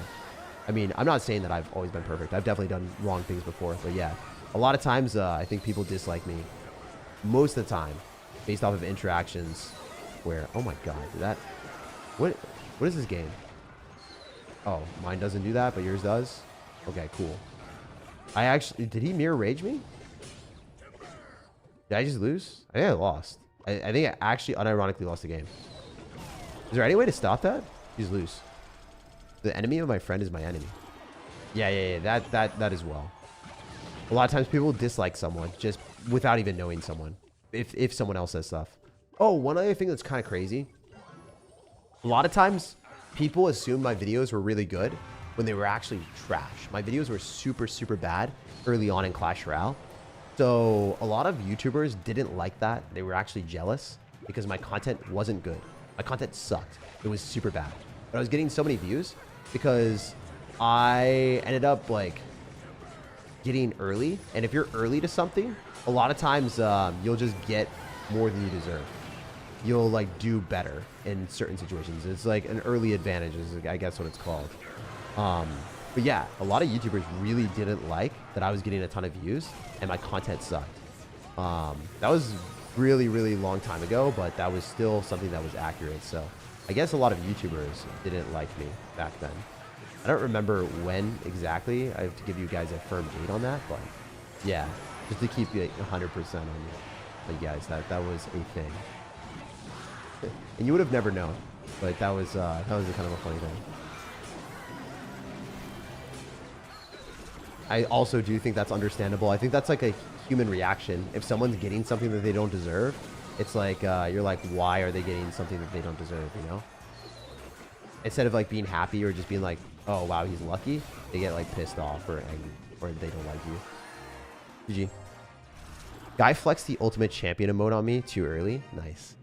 I think this guy thought he won and we beat him. What's the best way of countering Evolved Lumberjack? You kind of want to drop something and pull the Lumberjack away because Lumberjack doesn't get seen by your unit. Your unit will run away from the Lumberjack. So the Lumberjack will run away after that unit and then the Lumberjack will get wasted. But if the Lumberjack gets near the tower, the Evolved Lumberjack gets near the tower, and the Ghost gets near the tower, the game's over. It just wins the game. The problem with the Evolved Lumberjack is if you can't get it near the tower and it gets pulled away by other cards, that's where the Evolved Lumberjack is really weak. So like, for instance, if the Evolved Lumberjack is not being seen by my Ice Spirit will continuously run in this direction. And then because it will continuously run in that direction, the Ice Spirit will never see the Lumberjack. It'll just keep walking during this lane, and the Lumberjack will get wasted because it's going to follow that for the entire duration of the time. So just keep that in mind if you are playing. Yeah, just keep that in mind, I guess. The Evolved Lumberjack is really, really, really, really weak when it's getting kited. All right, we're going to rage it up because I do think the goblins are... No, nothing. Oh, I suck. Oops. We're delivery here, and then we'll probably Ice Spirit. You always want to go in for your unit first before you go in for the Ice Spirit because the Ice Spirit is going to give a finite amount of stun.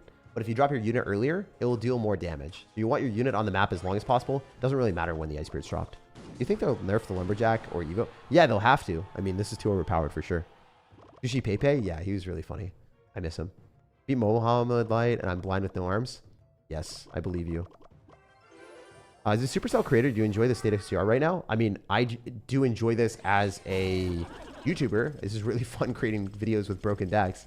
But like, if this is in the game for more than like a week, yeah, no, I'm not going to be happy. So hopefully this gimmicky strategy is gone in about a week. But knowing Supercell, we don't know. Knowing Supercell, we have no clue. Wait, that was bad. It would have pulled by the goblins, I think. But yeah, really, really good for us. Obviously, we're in a very nice spot. Go cannon a little bit lower, and that should still pull the Hog Rider. We're an Ice Spirit here. You get dies in one shot. Very nice. That was perfect. That was clean. Isn't Tornado the best counter to Lumberjack? I mean, probably not. I think like Goblins Guards are really, really good. Or something that can kite it. Also, like, high damage cards are not bad. Okay, this is looking decent. We forced the log early, which is not what he wanted. I'm gonna throw down a sus bush up in here. Oh, really? That sucks for me. That stinks, bro. Don't do that to me. Thanks. Eureka. Okay. See how this goes. I have no clue how this is gonna go. Oh, crap. All right. Fortunately, that doesn't get... Oh, he missed the... Well, I guess it pulled it away. Offensive, offensive plays for days. Oh! Oh, holy... How did that happen? That was funny. Take those. That was really good. I'll take it. Take those all day, baby. I go here.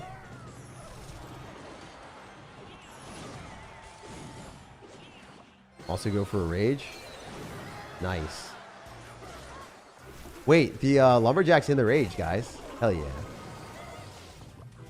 And he doesn't have Valkyrie. We're just going to keep throwing stuff at him like an absolute moron. It's time to indulge in the most moronic ways you guys have ever heard and seen. Right, so he has to rocket cycle me, right? Yeah, it's kind of to be expected. We can just keep throwing stuff at him. It's definitely not going to be good because we can just Ice Spirit. It doesn't get a hit. No shot, man. No shot that gets a hit. Not up in here.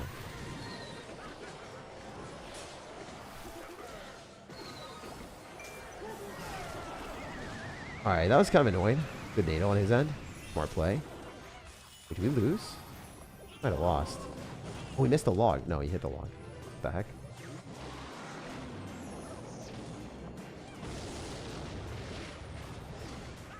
Throw this in the back, maybe. Right on another Lumberjack here. Not looking good for us, boys. Unless it is. Unless it is. Unless it is. Oh, baby. Stein's gates were open for us. Open for business. Can you kind of think about the Evo Lumberjack as an invincible Archer Queen ability? I mean, it's just like invisible, right? I don't know. I think that it's not really the same because Archer Queen can get killed by like a fireball or lightning even though it's invisible, right? So I think that's not a one-for-one comparison because the Lumberjack Evolution can't die when it's a ghost. It just doesn't die when it's a ghost. So if we compare that to a card that dies when it's invisible, I don't think it's a one-for-one comparison. Let's go. We on to the next one. You think Riley's better than Ramos? All right, I usually don't answer those type of things, but yes, obviously, if you look at ranks, like just look at ranks when you say those things. So if you're asking a question about me or someone else or Riley or Sergio Ramos, just literally look at the ranks of the players and then you'll be able to answer that question every single time. Like that's how you should be answering it. You shouldn't be asking someone's opinion. If you ask someone's opinion, you're just going to get a biased response every single time. Just look at the ranks, dude, every time. 100p. That's what it should be. If Evo Lumberjacks wasn't affected by its own rage, it'd be balanced.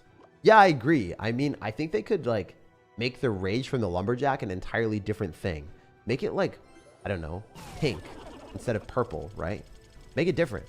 Make it a little bit different, just like slightly different color. Heck, you could even make it green. Maybe the Lumberjack drank a little bit too much. Maybe he drank a little bit too much elixir, if you know what I mean. And then it became green because he left it all on the table.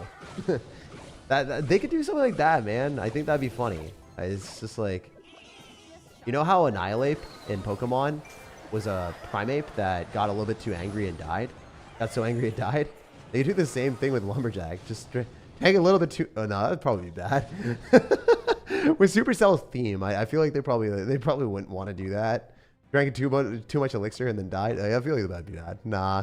With Supercell's theme, I don't think they can do that type of lore. Nah. Our lore. Our lore, guys. It's not Supercell's lore. We're commandeering it. It's ours. Ours. Ours now. Okay, we're gonna do this. We're gonna do this. Hey, Spirit on this. Oh my god, I'm terrible. No one saw that. Why did you change your overlay? Did I? Is the overlay wrong? Wait, is the overlay wrong? Wait, I'm so confused. Did I... Can you guys let me know if the overlay's wrong? Because there are multiple overlays. I don't think it's the wrong overlay. Because I switched back from Pokemon and then... Let me know. Let me know if the overlay is different.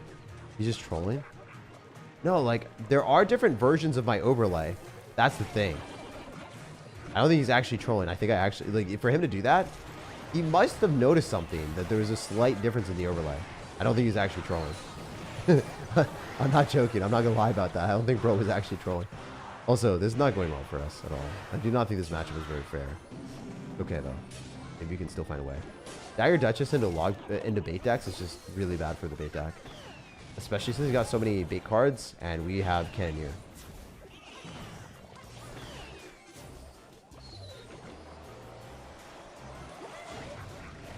This is really rough. I don't have any way to play this, do I?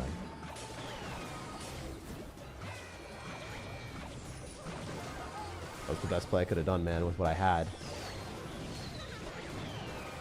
Okay. I mean, I defended. It's just it's rough out here. It's a rough life playing against these decks. You have Evo Cannon, so.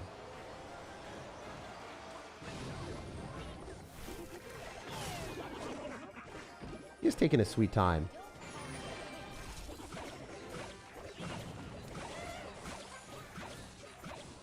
Okay, we could maybe do some work here.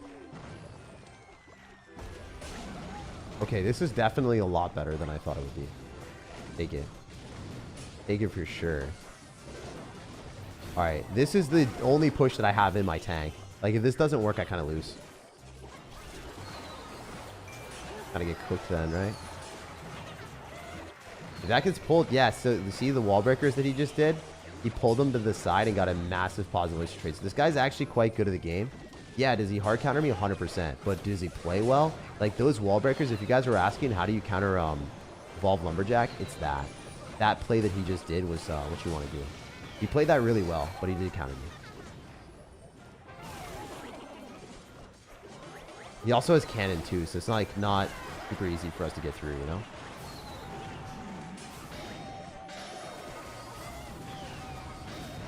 Definitely the most diabolical matchup we could have gotten in Clash, and he was a good player, so it's a double whammy. Really, really, really, really, really heavily matchup advantage for him. I use your rare recruits in Stein deck. How can I tweak it to counter Lumberjack plus Balloon? I'm actually not sure, dude. I think that you'd want to run this recruits deck that this guy played. It does very well against Balloon.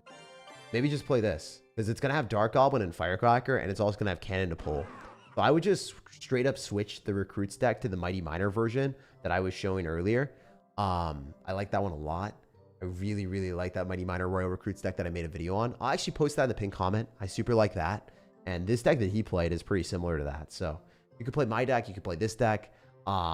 This deck completely counters my Lumberjack deck. Like, it full shuts it down. With recruits, guards, cannon. Oh, it's just so unfair, man. But yeah, shout out to that guy. Good gameplay from him. Great deck. I have a Pokemon anime on hold till late 2025. Damn. Wild. You're on TV Royale? No way. I feel like you're lying. There's a chance it's real. There's a chance it's real. I really like your Pokemon overlay. Okay, I'll show you guys my Pokemon overlay. Y'all want to see? Does anyone want to see the Pokemon overlay?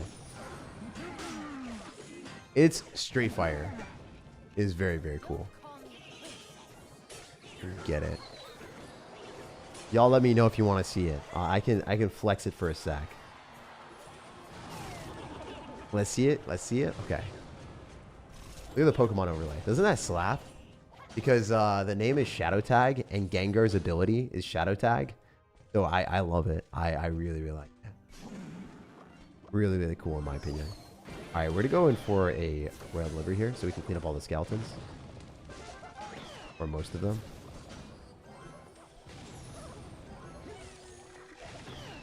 I think we could have activated King Tower for sure. We messed up a little bit. That's fine.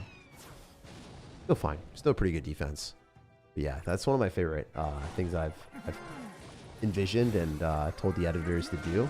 Like, that was a really, really good masterpiece. I was happy. Maybe it's not a masterpiece. Me, it's a masterpiece. My masterpiece. Keep it on? No. You're not going to keep that on. It's Clash Royale time. But I do like that overlay a lot. The purple is really nice. Yeah. If you guys are wondering, if you want to subscribe to that channel, it's called SirTag. I do Pokemon TCG content, and I'm going to be opening up Pokemon packs as well. So I'm actually really, really stoked for that. I love Pokemon. It's been a huge part of my childhood, and I even play Pokemon Go. I played it since Ruby as a kid, and playing Pokemon Ruby as my very first game was awesome. First video game ever, actually. I'm turning 21 today? Yo, congrats. Hopefully it's the awesome day that you deserve. I say this to everyone that has a birthday, but yeah, I think that's like the nicest way of like wishing a birthday is like, I hope you have the awesome day you deserve. I don't know. I think people do have or deserve really good days on birthday. It's like literally your day to celebrate and enjoy. All right, we can go in for probably a sus bush and cycle a few of them for the fun of it. Do this and then go for lumberjack on the other side with that. He's airwaying. What is he? What is wild child doing? Okay, this could be funny. The Mega Knight just doesn't do anything. That'd be so funny. All right, we're not going to overcommit. We're just going to try to defend this. The guards as well. Also have to rage this. Beautiful. Look at that timing. That was pristine. Pretty clean. Keep spamming in the right side for the fun of it. We know he's going to Mega Knight me, right? Yeah, I felt it. I know. He sensed the sensation of the Mega Knight. He was the man. Mega Man. A cannon just hurts. I mean, I dropped that early. Still fine, though. Mega Knight dying is great. Alright, these guards probably clean up. They're probably delivery. It's fine, though.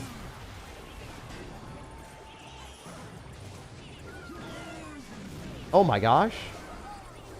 Nice. I dislike how many people are running bait decks right now, man. We talk about these things? Or you decide to do this?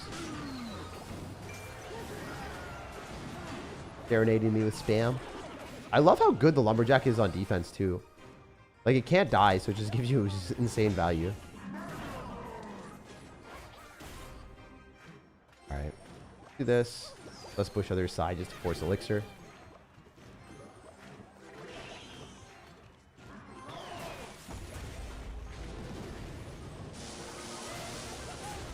Guy's crazy with it. Going Looney Tunes on me. Lumberjack's on the tower. He's just wrecked. He's done. He's dumpstered. He's done for, my dudes. I feel it. I see the sensational spam. GG. That was a great win. That was not an easy win.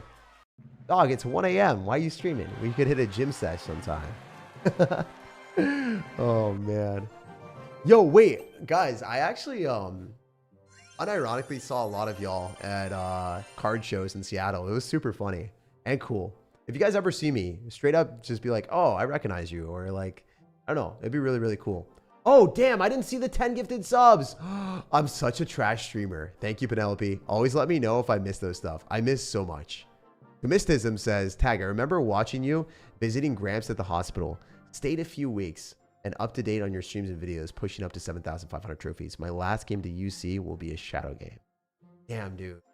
Yeah, visiting anyone at the hospital in general is really rough. Or just being at the hospital yourself and then, like, you know, watching games or watching stuff is definitely a way that I pass the time. I watched so much StarCraft 2 when I was sick. Glad that I was able to fill that void for you a little bit. And yeah, dude, the last game to UC will be insane. Yeah, and then Orlando City lose with the deck, the rank 1 deck. The deck was pretty tough. So 100% agree that it's not easy. And then 10 gifted subs for Mysticism. Thank you so much for that, brother. And yeah, I am very, very, very lucky to have someone like you doing that amount of donations. Blessed, brother. Thank you so, so much. Sorry I didn't see that earlier. I've been a little bit off my rocker today. Not gonna lie. Been a bit bamboozled by life.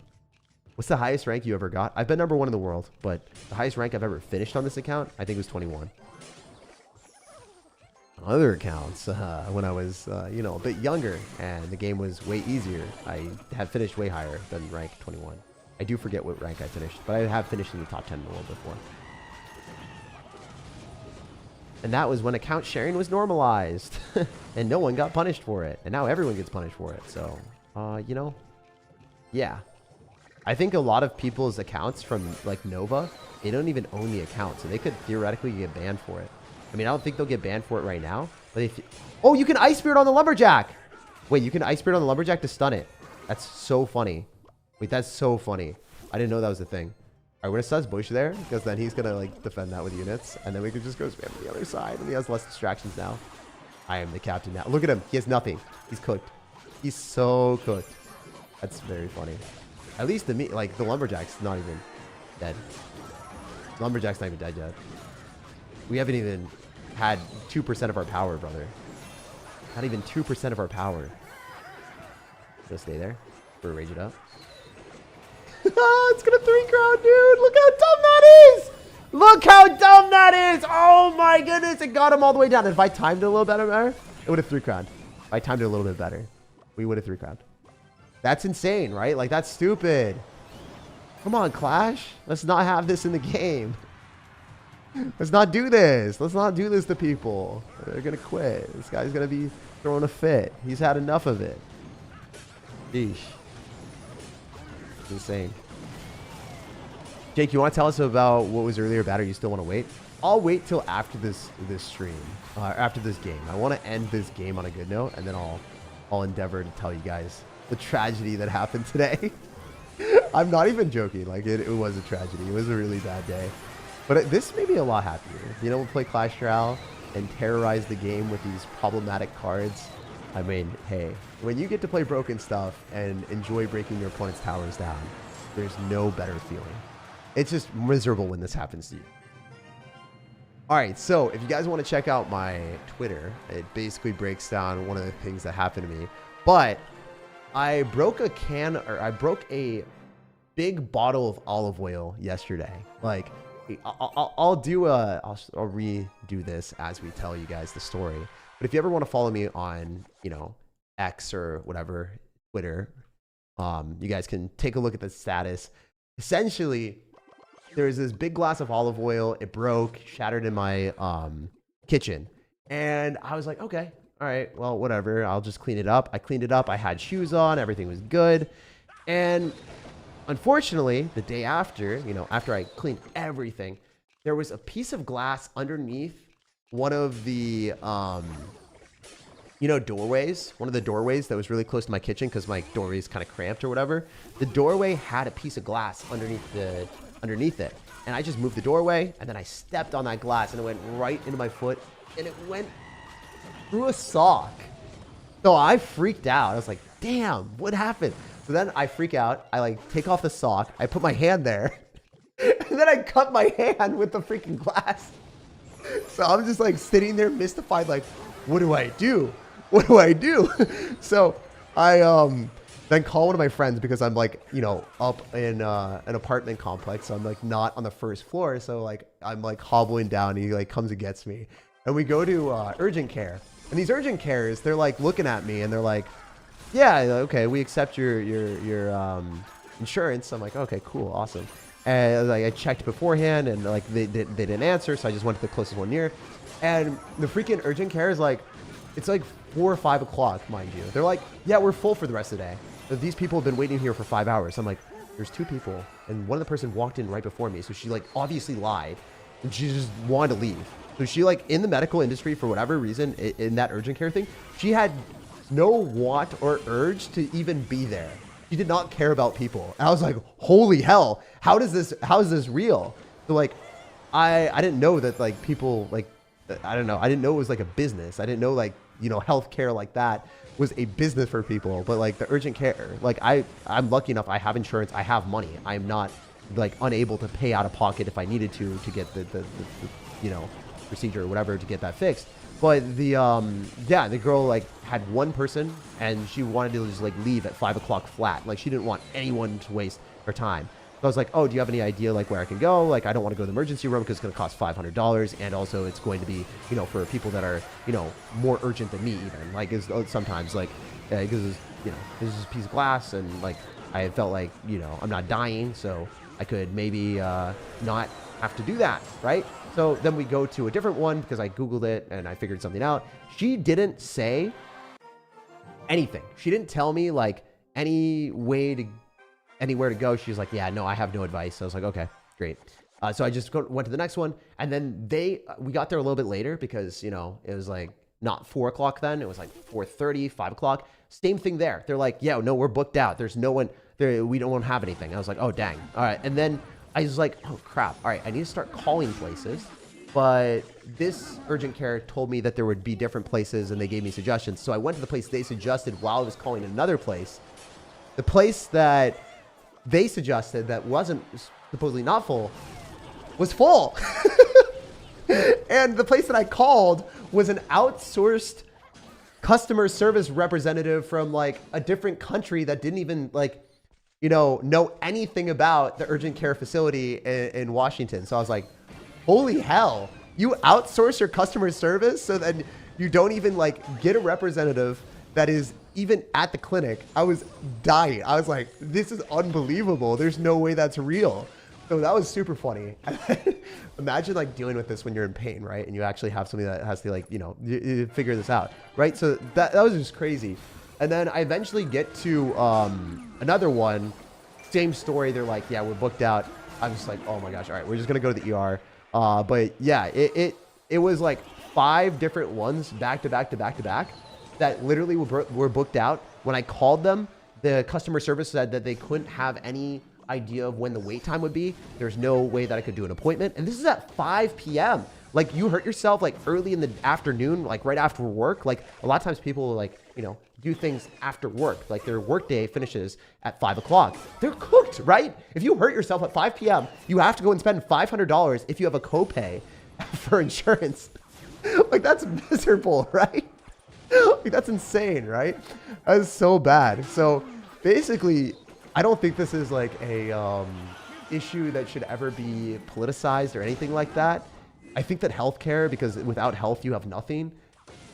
People like need to have a better system somehow. I think that should just be prioritized in America or wherever you are. And the issue with free healthcare, a lot of times it's super crappy. I talked to people in Finland, and in Finland, if you guys have ever been there or whatever, they actually just try to get you out and get you to go. Like, a lot of times the people that I talked to from Supercell were like, yeah, in Finland, it's not like Supercell's fault or whatever. A lot of times the people that are doctors are just trying to get you out and go to the next patient, because like it's not as desirable in US. The US, you make a lot of money as a doctor, and also like at the same time, like I don't know, for whatever reason, the doctors I think are more overworked in situations where it's free, right? Healthcare is free. So, at least that's what I've heard. That's what I've seen. Was kind of insane to be like, holy hell. So free healthcare is not great because of the lower quality in certain situations. And then our healthcare freaking sucks because it costs a lot of money and you still get bad service. Like, why isn't this a priority? I feel like in a more productive society, people are able to function and be healthy. And like, basically you don't want to get hurt and you can't get sick. Those are the rules of life right now. And it's so scary to me to have this realization that as someone that has money, that has insurance, I'm still cooked. I'm still cooked. So $450 to $500 and going to the emergency room was the only option for getting glass in my foot, which is unbelievable. So like, and then also like having the pain of like going to multiple different ones. Like, holy hell. So yeah, if you guys ever get sick or have anything bad to you, my heart goes out to y'all, because like that sucked. That really, really sucked. So that was the story. That was the day. The glass is on my foot. I examined everywhere in my apartment. There's no more glass. I'm fine. But yeah, if you're wondering why I streamed at like 12 p.m. and well, actually I streamed before that. I started the stream at 11. We're at 11. So I did stream before the new day. So I stream every day, do content no matter what, every single day. It's kind of what I've been doing for 5 years, 7 years, somewhere around there. I don't know. But yeah, that is what's up. As Britain, if I stepped on glass, I'd walk in my local hospital, wait for 5 hours to be seen, and would be treated there free of charge. I feel the pain of Americans. 5 hours. Okay, so yeah, I guess like the thing is like you wait a long time with free healthcare, right? And you just can't expedite it because other people have problems and they needed to get fixed too. Yeah, you guys let me know like what's the solution to this? Like how is this fixable? Like like I don't want to ever endure that ever again.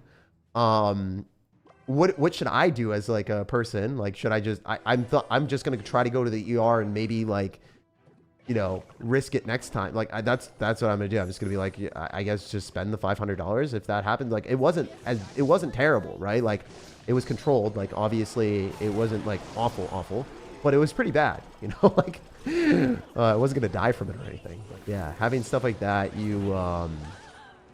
like what would you guys do? And then also, is there any way to fix that for the US or whatever? One of the things that I do personally, I don't talk about this because if you do talk about stuff like this, a lot of times then you're like asking for people to be like, oh, he's such a good person or whatever. But yeah, the thing that I try to do, because I really care about health, like as like the #1 thing, like actually the most important thing for me in life, not just for me, but like for my friends, the people I care about, just for a random person on the street, I really do care about their health, because I had health issues growing up, like a little bit. So it's just super, super important for me. So one of the things I do with my free money, a lot of the money that I have for disposable income, if there's something that I see like every month on like, you know, GoFundMe, I typically like just try to donate to causes that are like that website. You know, you see someone having issues or, you know, having a medical expense that they have to pay for, I generally do pay for some of those things. That's what I've been doing every month for the past like 2-3 years, ever since I made more money off of YouTube. I did do that with my personal money a bit. It makes me feel better, but yeah, I just don't know what to do for America from that standpoint. Like, obviously, I don't think I can make any impact, but like, are we cooked, guys? Let me know. Are we cooked?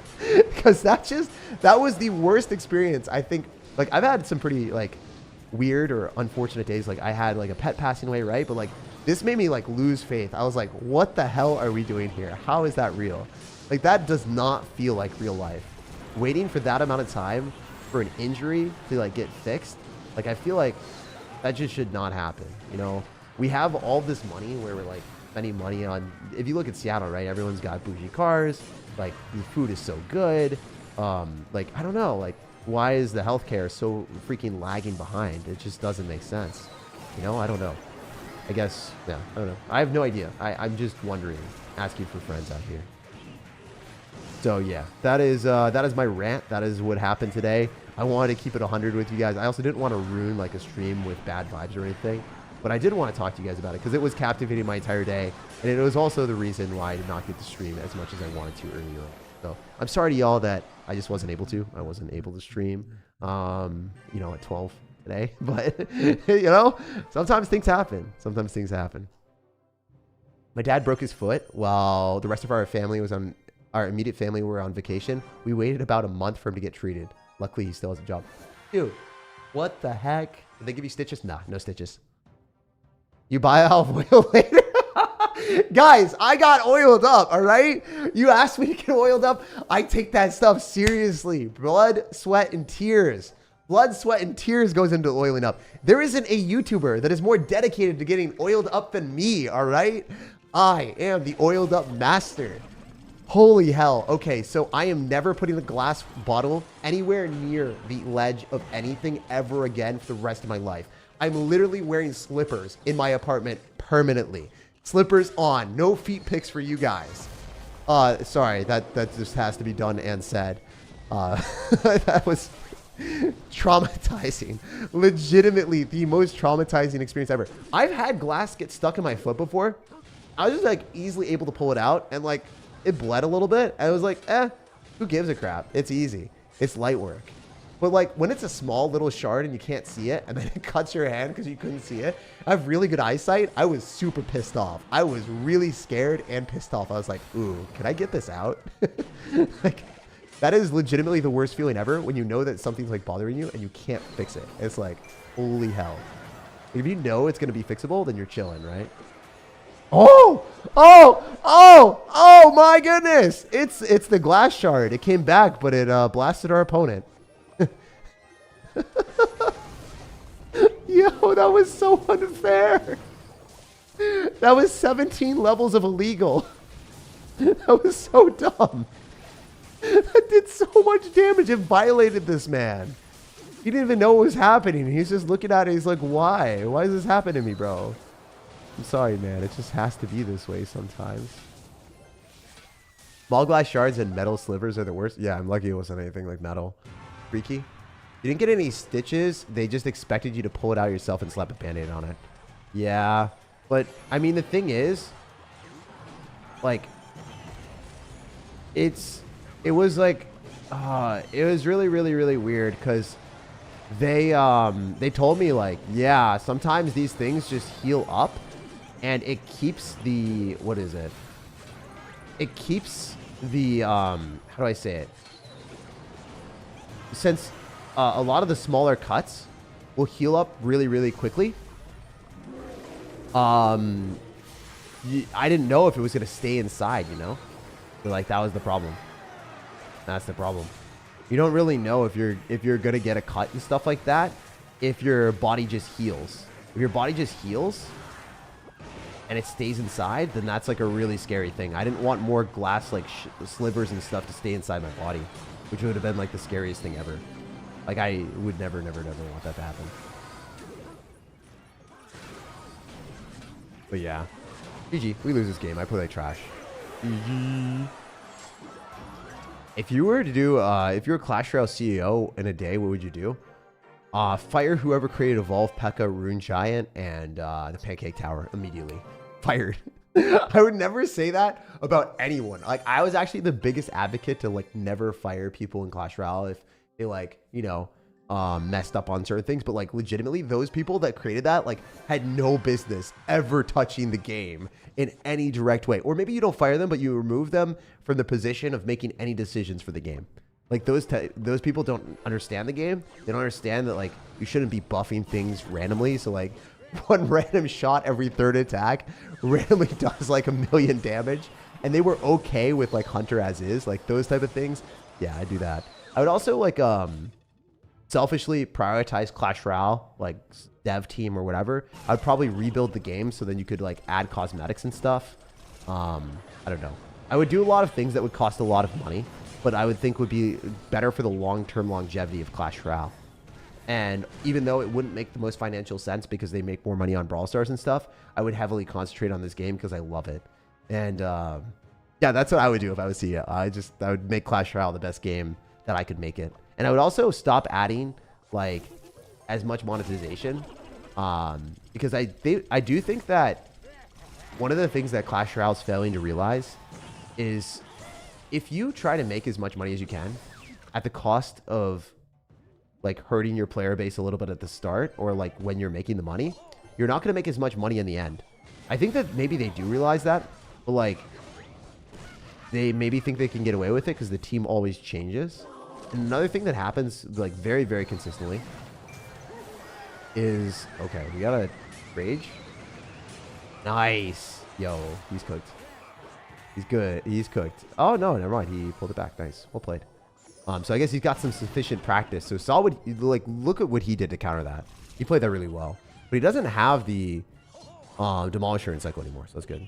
Yeah, I think that if they focus more on the long term of the game, they'll get all their money back and way more. You know? That's what I would do if I was Supercell. I think that they need to invest more in the future. But if you're on a team, whether it's Facebook, or Meta or Google or whatever, if you're in a tech company, a lot of times, like, I'm sure you got, if you know, you know, a lot of the times the thing that matters the most is impact, right? It doesn't necessarily matter if you did a good job and you did everything you were supposed to do. If your project failed and you didn't make that much impact, it's going to be super hard for you to get a promotion or move up in the company and make more money. So for Supercell, I'm sure, like, the most impactful thing for them is impact as well. And their impact is probably making money and being good for their company. So if you want to make a promotion, you probably want to make immediate impact so you can move up. My idea of what has been happening is they've been consistently getting new people that don't necessarily care about the game, that treat it more as a job, that try to monetize the game so they can make more impact and make more money and then get more promotions. That's my honest take. I genuinely think that's what's been happening. And I think if you get new people that don't even play the game to be involved in the game, they think that their ideas are good, but they're disconnected from the game, so then they come up with stupid things. Like, you should never have some moron, like, ever put a pancake tower in the game. That is just unbelievably, unbelievable. And it's also worse when they add things that are even more crazy, like the Hunter interaction, where it, like, one-shot towers, but they thought it was okay because they don't play the game, right? So, yeah, that type of stuff should never been added. And you kind of have to, like, have people that, first off, care about the game, understand the game, and then aren't motivated by, like, profits, promotions, stuff like that. At least in America. I don't know if that's like that in Finland. It might not be. maybe they don't end up making it, like, maybe they're not all impact driven. But if you worked at meta the entire time, it's all impact. It doesn't matter. Impact is all that matters. So you make money, you get promotions based off impact, which is crazy and it sucks, but that's what tech companies did, even if you're really talented at coding. If I became the CEO, I'd fire the developer. Nah, I mean, I think that some of the devs are actually really, really smart. There's like a couple people who are really, really smart. It's just like, I don't know. Some of the people that are making the decisions are not qualified for it, and they're in positions that they do. And I don't know how those things happened, but there's got to be quality control and like looked at, oh my gosh, how did Evolved P.E.K.K.A happen? Let's never do that again. I don't think there really was, you know, accountability or even anything from the team, because we like, unless there's something I know, but like it happened again, you know, it just keeps happening with different cards. So I don't think there's any accountability or care for it. Anyway, let's go for a Lumberjack evolution soon. Just spam it at the bridge. I remove all Evos for a year. I think it's good to like have different game modes too. You know, the thing for Clash Royale, oh, sorry, I messed up. No, I don't know if I did. I mean, we killed the Spear Goblins. I don't know if that was good. I think it was a mess up. Yeah, it was a mess up. One of the things that I would think is like, sometimes less is more. You guys feel me on that?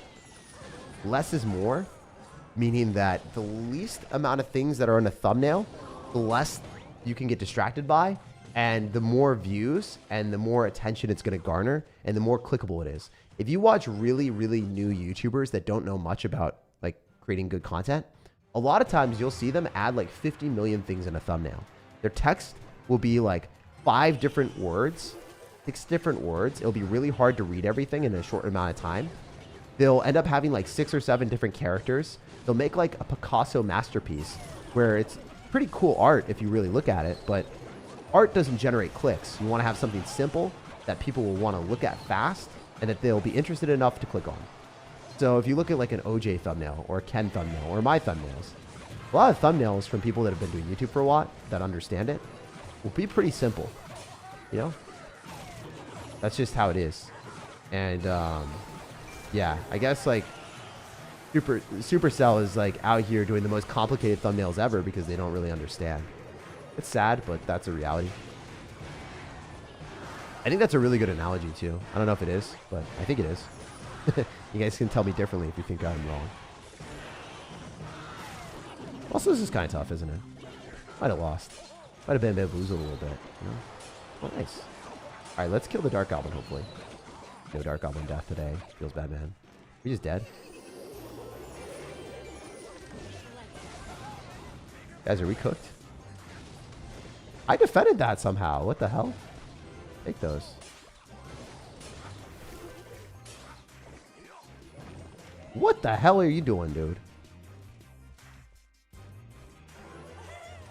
I'd have expected him to go more hard on the other side, but I guess not. We're gonna go Ice Spirit on a Princess, maybe? No, I guess not. Damn. Does this just take the entire tower, though? It might. Good game design, Clash Royale. Nice job. That's so fun.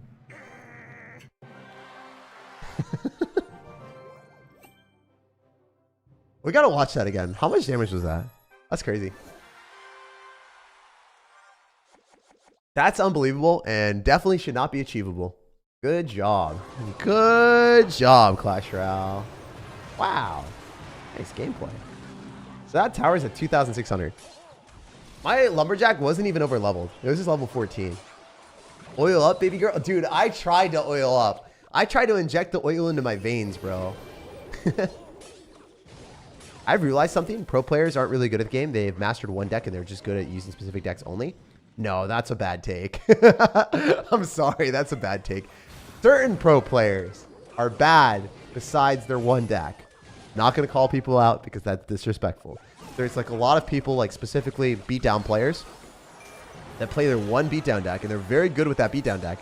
But you have to respect them because they've memorized all the placements. But if you watch like a Lava Hound player that's only ever played Lava Hound, dude, they suck at playing other decks. They're just super, super bad.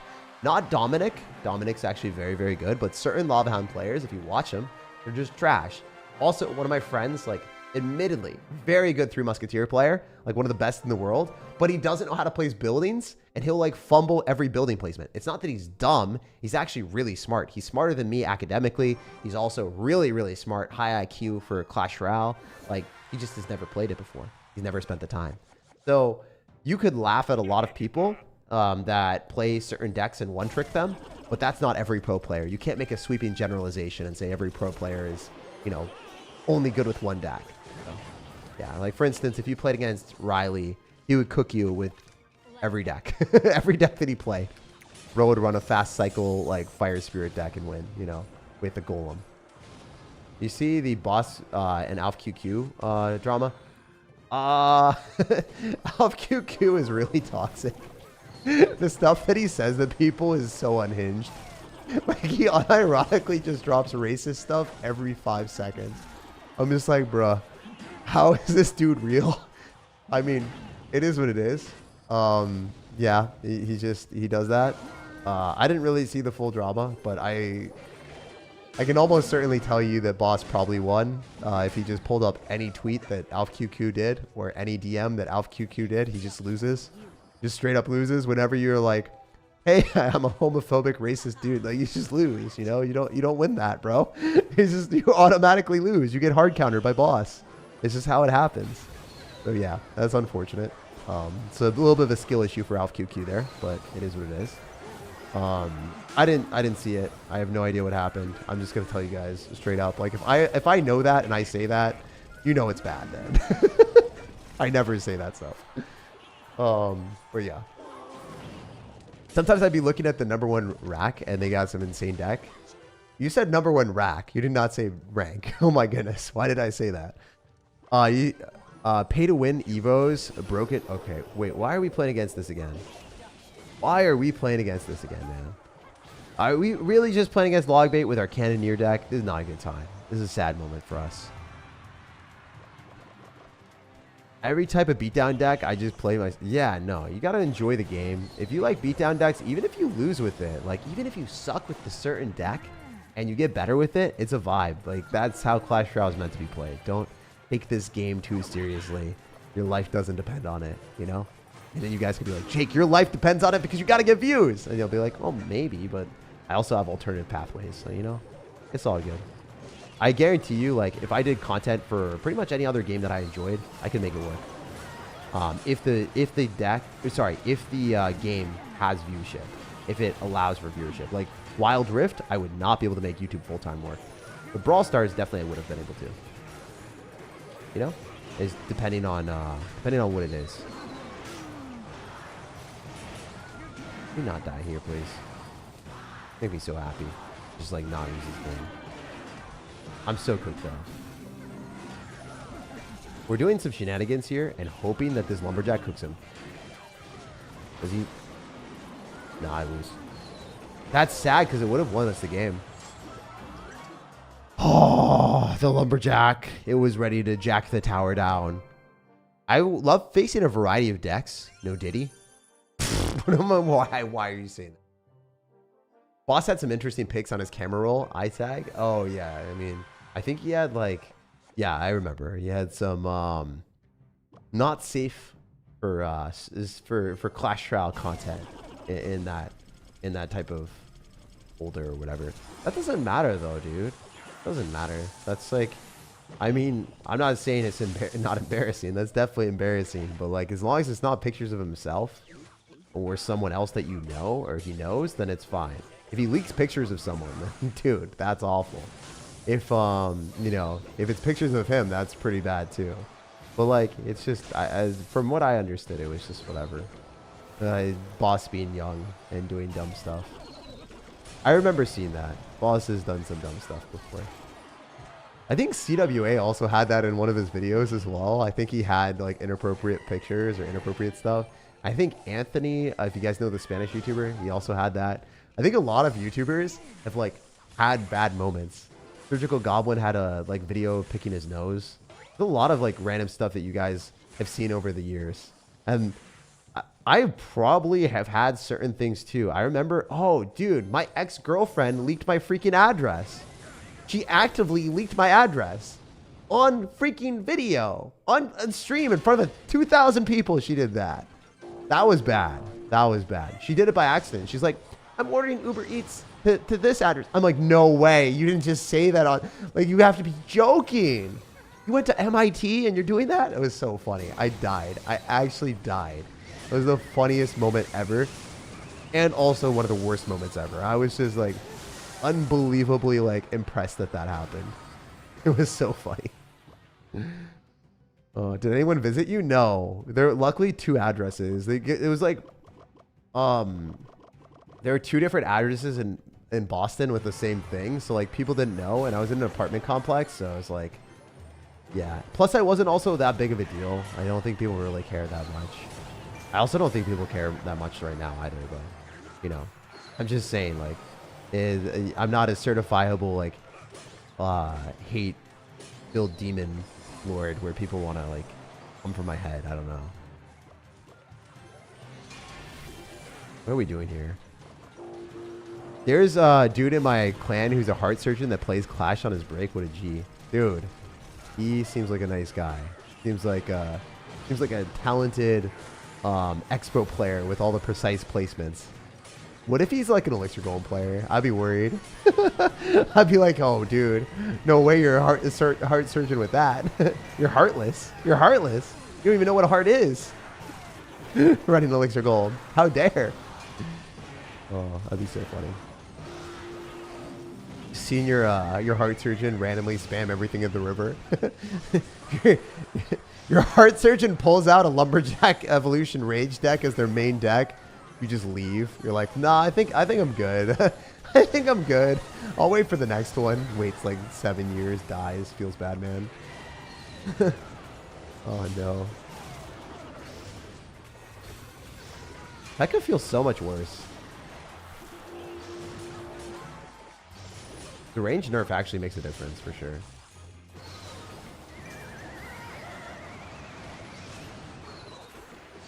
And we kill the P.E.K.K.A. I think so. I think Pikachu's gone. Nice. Pikachu got thunderbolted. It was super effective.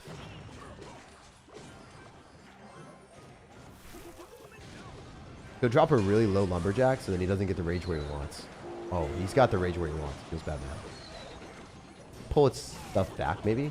Drop another sussy bush. So sussy with the bush. Oh, he's sussy with the bush. We're sussy with the bush. We're both sussy with the bush. He wasn't sussy with the bush. He was sussy with the Lumberjack at the bridge. Tag, what's the most hated card right now? Do you even have to ask, bro? Of course it's the Lumberjack Evolution. Of course. Started Clash of Clans late 2012. Quit last year, says Mystism. Yeah, I started in 2024 and quit in 2024. I got you. That's the GOAT time to quit, brother. Wait, no, I quit in 2023 and I started in 2023. Never mind. I was 2 steps ahead of you. Jake, will you ever get married? If I find the right person, I don't know. I mean, the thing is, like, one of my friends also, I don't leak stuff, but like, I keep everything anonymous. He ended up rushing into a relationship with a girl that he didn't really know very well. And then it ended up being like a really, really, really, really bad person. He's a very nice guy. Like probably one of the nicest people I know. And this girl just started like trash talking him in DMs, just like over text. And I was like, damn, you're going to take that? And he's like, nah, we broke up. I was like, okay, that makes me feel better. But he rushed into a relationship with her within like a week of knowing her. I was like, damn, that's wild. Like, I don't know. I probably wouldn't do that. If you don't know someone, like, it's kind of hard to get in a relationship with them and feel good about it. And then also, you know, marriage is an entirely different beast. You probably have to live with the person a little bit so you can understand what they're like. Because a lot of people can put on a facade when they're dating. And also, like, even before they're dating, like first dates, a lot of times you see like what people want you to see. You don't get to see like what it's actually like living with them, how they actually are. I don't know. Also, I went on a first date with someone that I thought was like a pretty good person, right? A while back. And the girl like ends up crashing out when I don't want to see her again because I just didn't think we were a good fit because she wanted to have like 5 kids. And I was like, you know, I'm kind of okay with only having, you know, 1 or 2. I don't really want to have 3 or 4, you know, just like not something that I can probably want to have happen because I want to care for each kid if I do have kids. I want to make sure that I'm going to be there for them. I can afford everything and that, you know, I give the kid the attention that they deserve, you know, and like give them the proper care. And then the girl just crashed out on me. She got so angry. She's like, I can't believe you wasted my time. It was like literally just the first date and I found that out and then I wanted to leave. And it's just like, you know, like she got so angry. She got so mad at me. And she leaked my number to a group chat. And then I got people like spam calling me and stuff. If you guys remember that stream where I got spam called by people on my like, it was attached to this, my work computer or work devices. So it actually happened that I ended up getting a ton of messages on this as well. So it's really bad. People were like trying to look up my old addresses that my businesses were tied to and stuff. And obviously it wasn't my real address, but they were like saying that they were going to kill me and stuff. I was like, damn, that's insane. So yeah, certain stuff happens where people are just not good human beings. And you wouldn't know that until, until you actually like get to see what their true colors are because they don't hide it when they're upset. We see someone upset. For instance, I think like one of the best ways of getting to know someone is going on a trip with them for a long period of time. If you go on a trip with someone, whether it's a friend or a relationship partner or anything, you get to see a side of them where they can't hide that. You can't hide how you are as a person going on a long trip. Everything comes out, you know? How you truly are, when you're truly like, that's going to definitely be shown. 100%. All right, we're going to just let that lumberjack do its thing. It probably kills it with only 1 peck a hit. That's not that bad. Dude, this is scary, though. That lumberjack needs to get kited, and it probably will. Let's go and drop the drill directly in front of the tower, because I think that that's going to give us the best bet of getting damage. And it does. The drill goblin spawned directly on the tower there. Dude is a menace? Yeah, he's strong. Peck is at the bridge. Matt giving solid advice. Before you get married to a person, spend a week with him on a holiday in a remote location with crappy Wi-Fi. Wow, that was so hard. I had the remote location in my brain, and I had the crappy Wi-Fi, and I was stuttering because my brain couldn't process it because I was using the crappy Wi-Fi. Matt, that's what you did to me. It's all your fault. You caused the stutter. I was buffering. SirTag was buffering. EXE not working. Top 5 Evos. Lumberjack Evo, Lumberjack Evo, Lumberjack Evo. Did I say Lumberjack Evo? It feels the top 5. No, Lumberjack Evo, Evo P.E.K.K.A for sure. Still decent. What else? Evo Cannon. I made a tier list. If you want to check the tier list, go check that out. There's literally a tier list on my YouTube channel that I did that with Darian. If you guys want to see that, I'll post a link for that in the pinned comment. So y'all will have some good content after this. There's a 3-hour tier list that I broke down the best and worst cards of Clash Royale, and I talked to Darian, who is a top 200 player, and he actually got like 23 or 24 or 22. I don't know. He got top 20-ish in the world in a global tournament recently.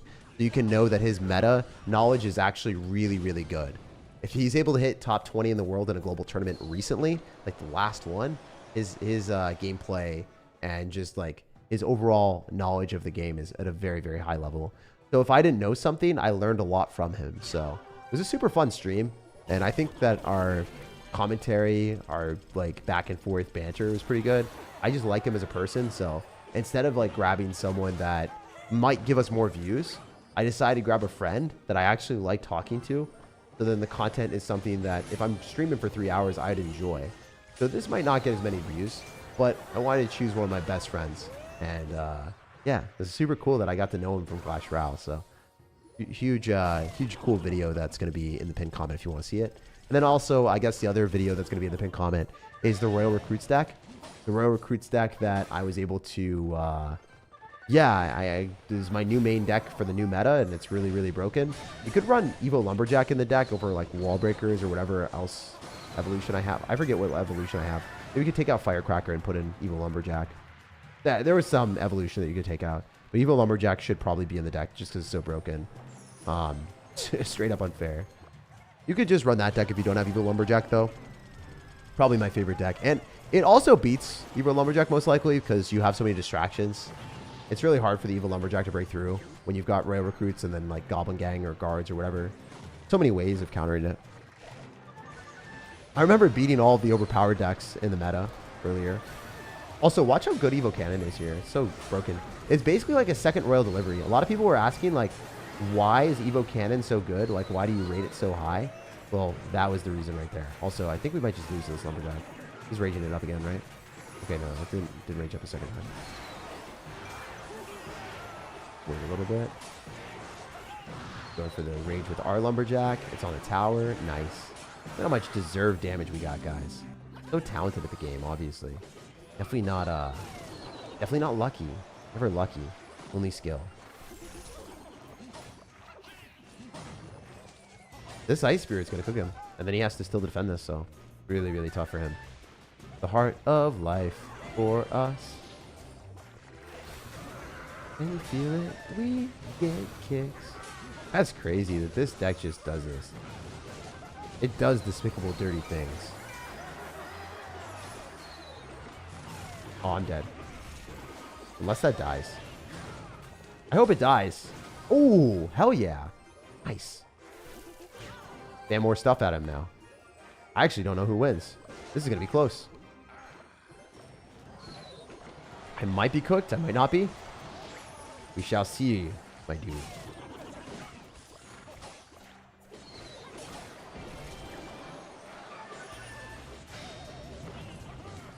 Oh, does that... Ah!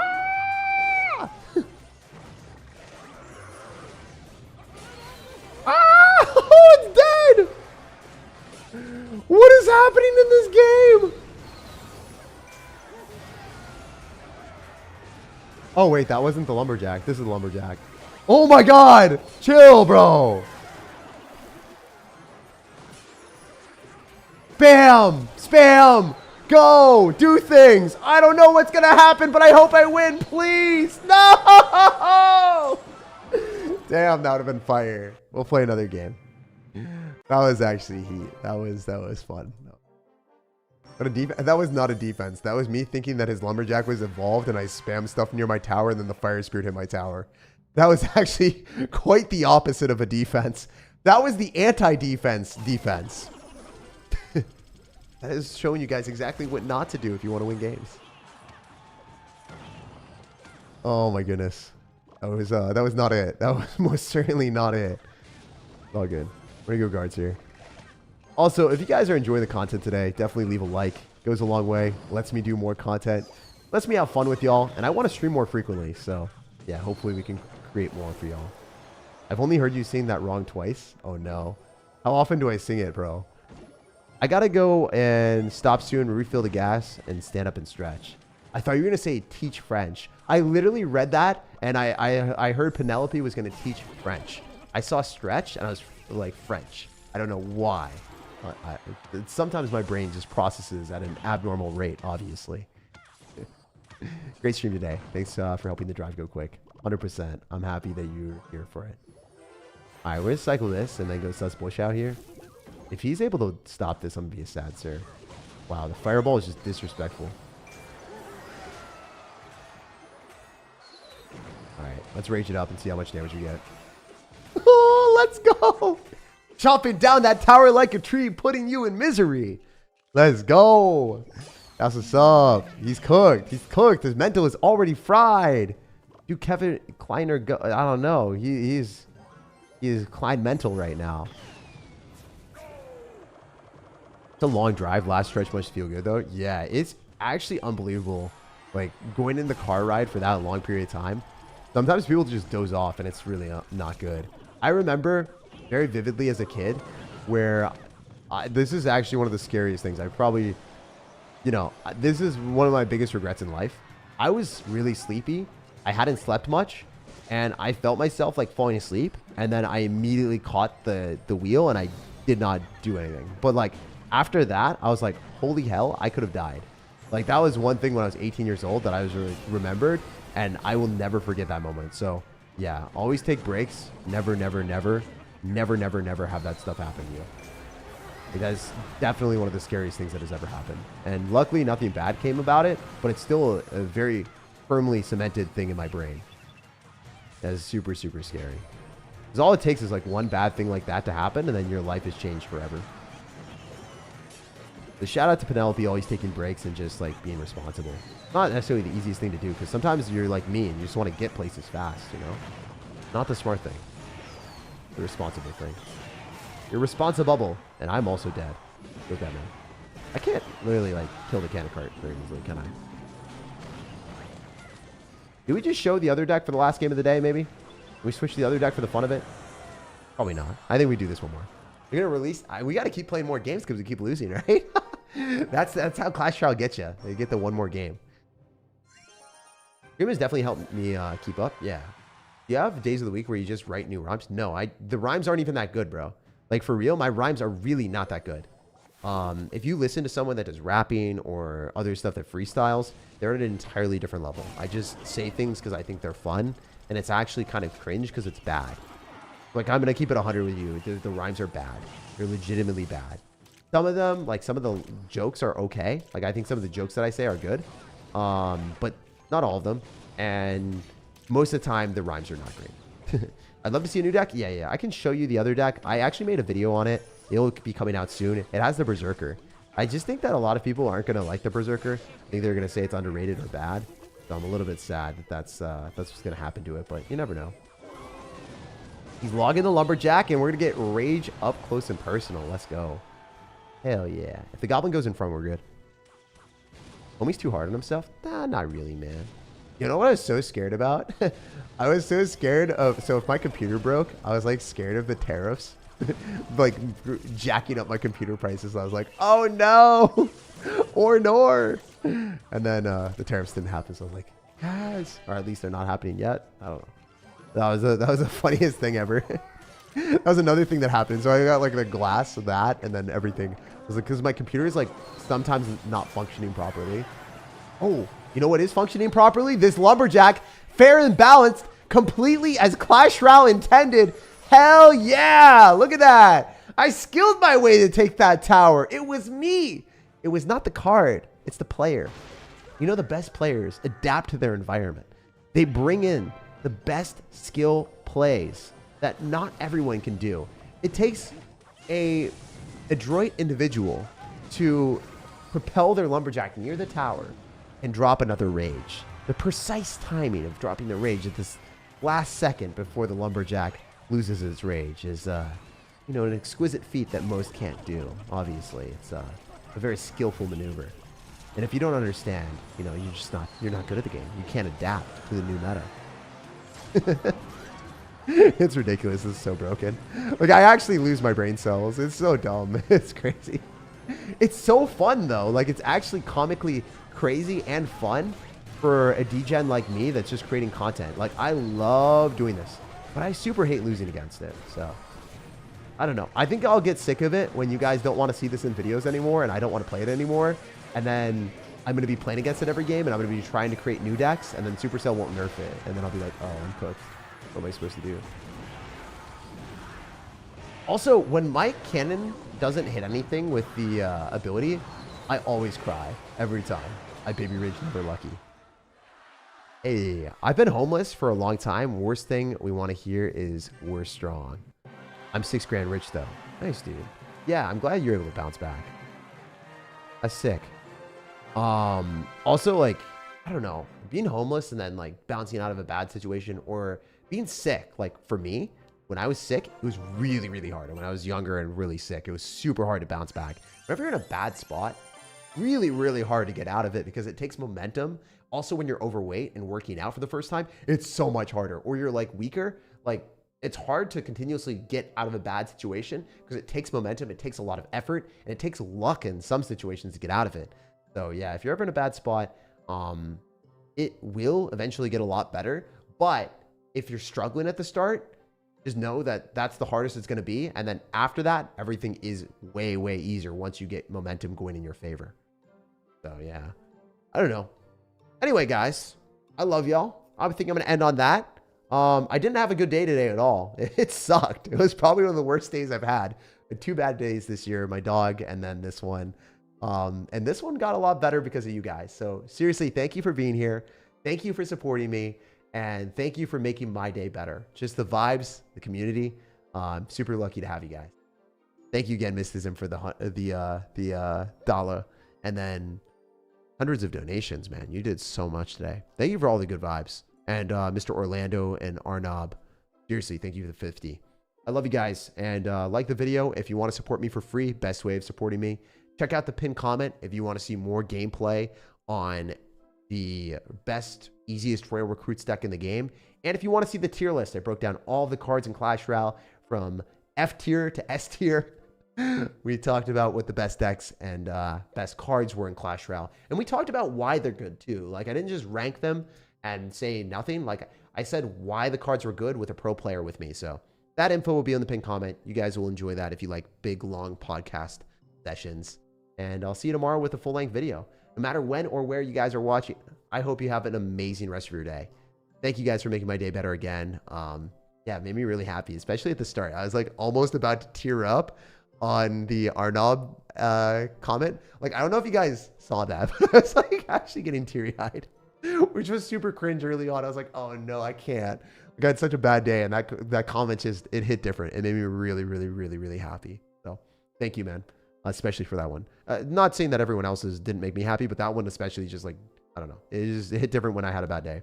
It always happens that way. Like when I, 5 years ago, when I broke up with my first girlfriend, like I streamed and then everyone was just so nice to me. I was like, damn, they don't even know what's going on. And then made my day better. And I was like, literally cried afterwards. So I'm not going to cry today, but I just want to say you guys, like, thank you for making my day so much better when I went through the odyssey that I did.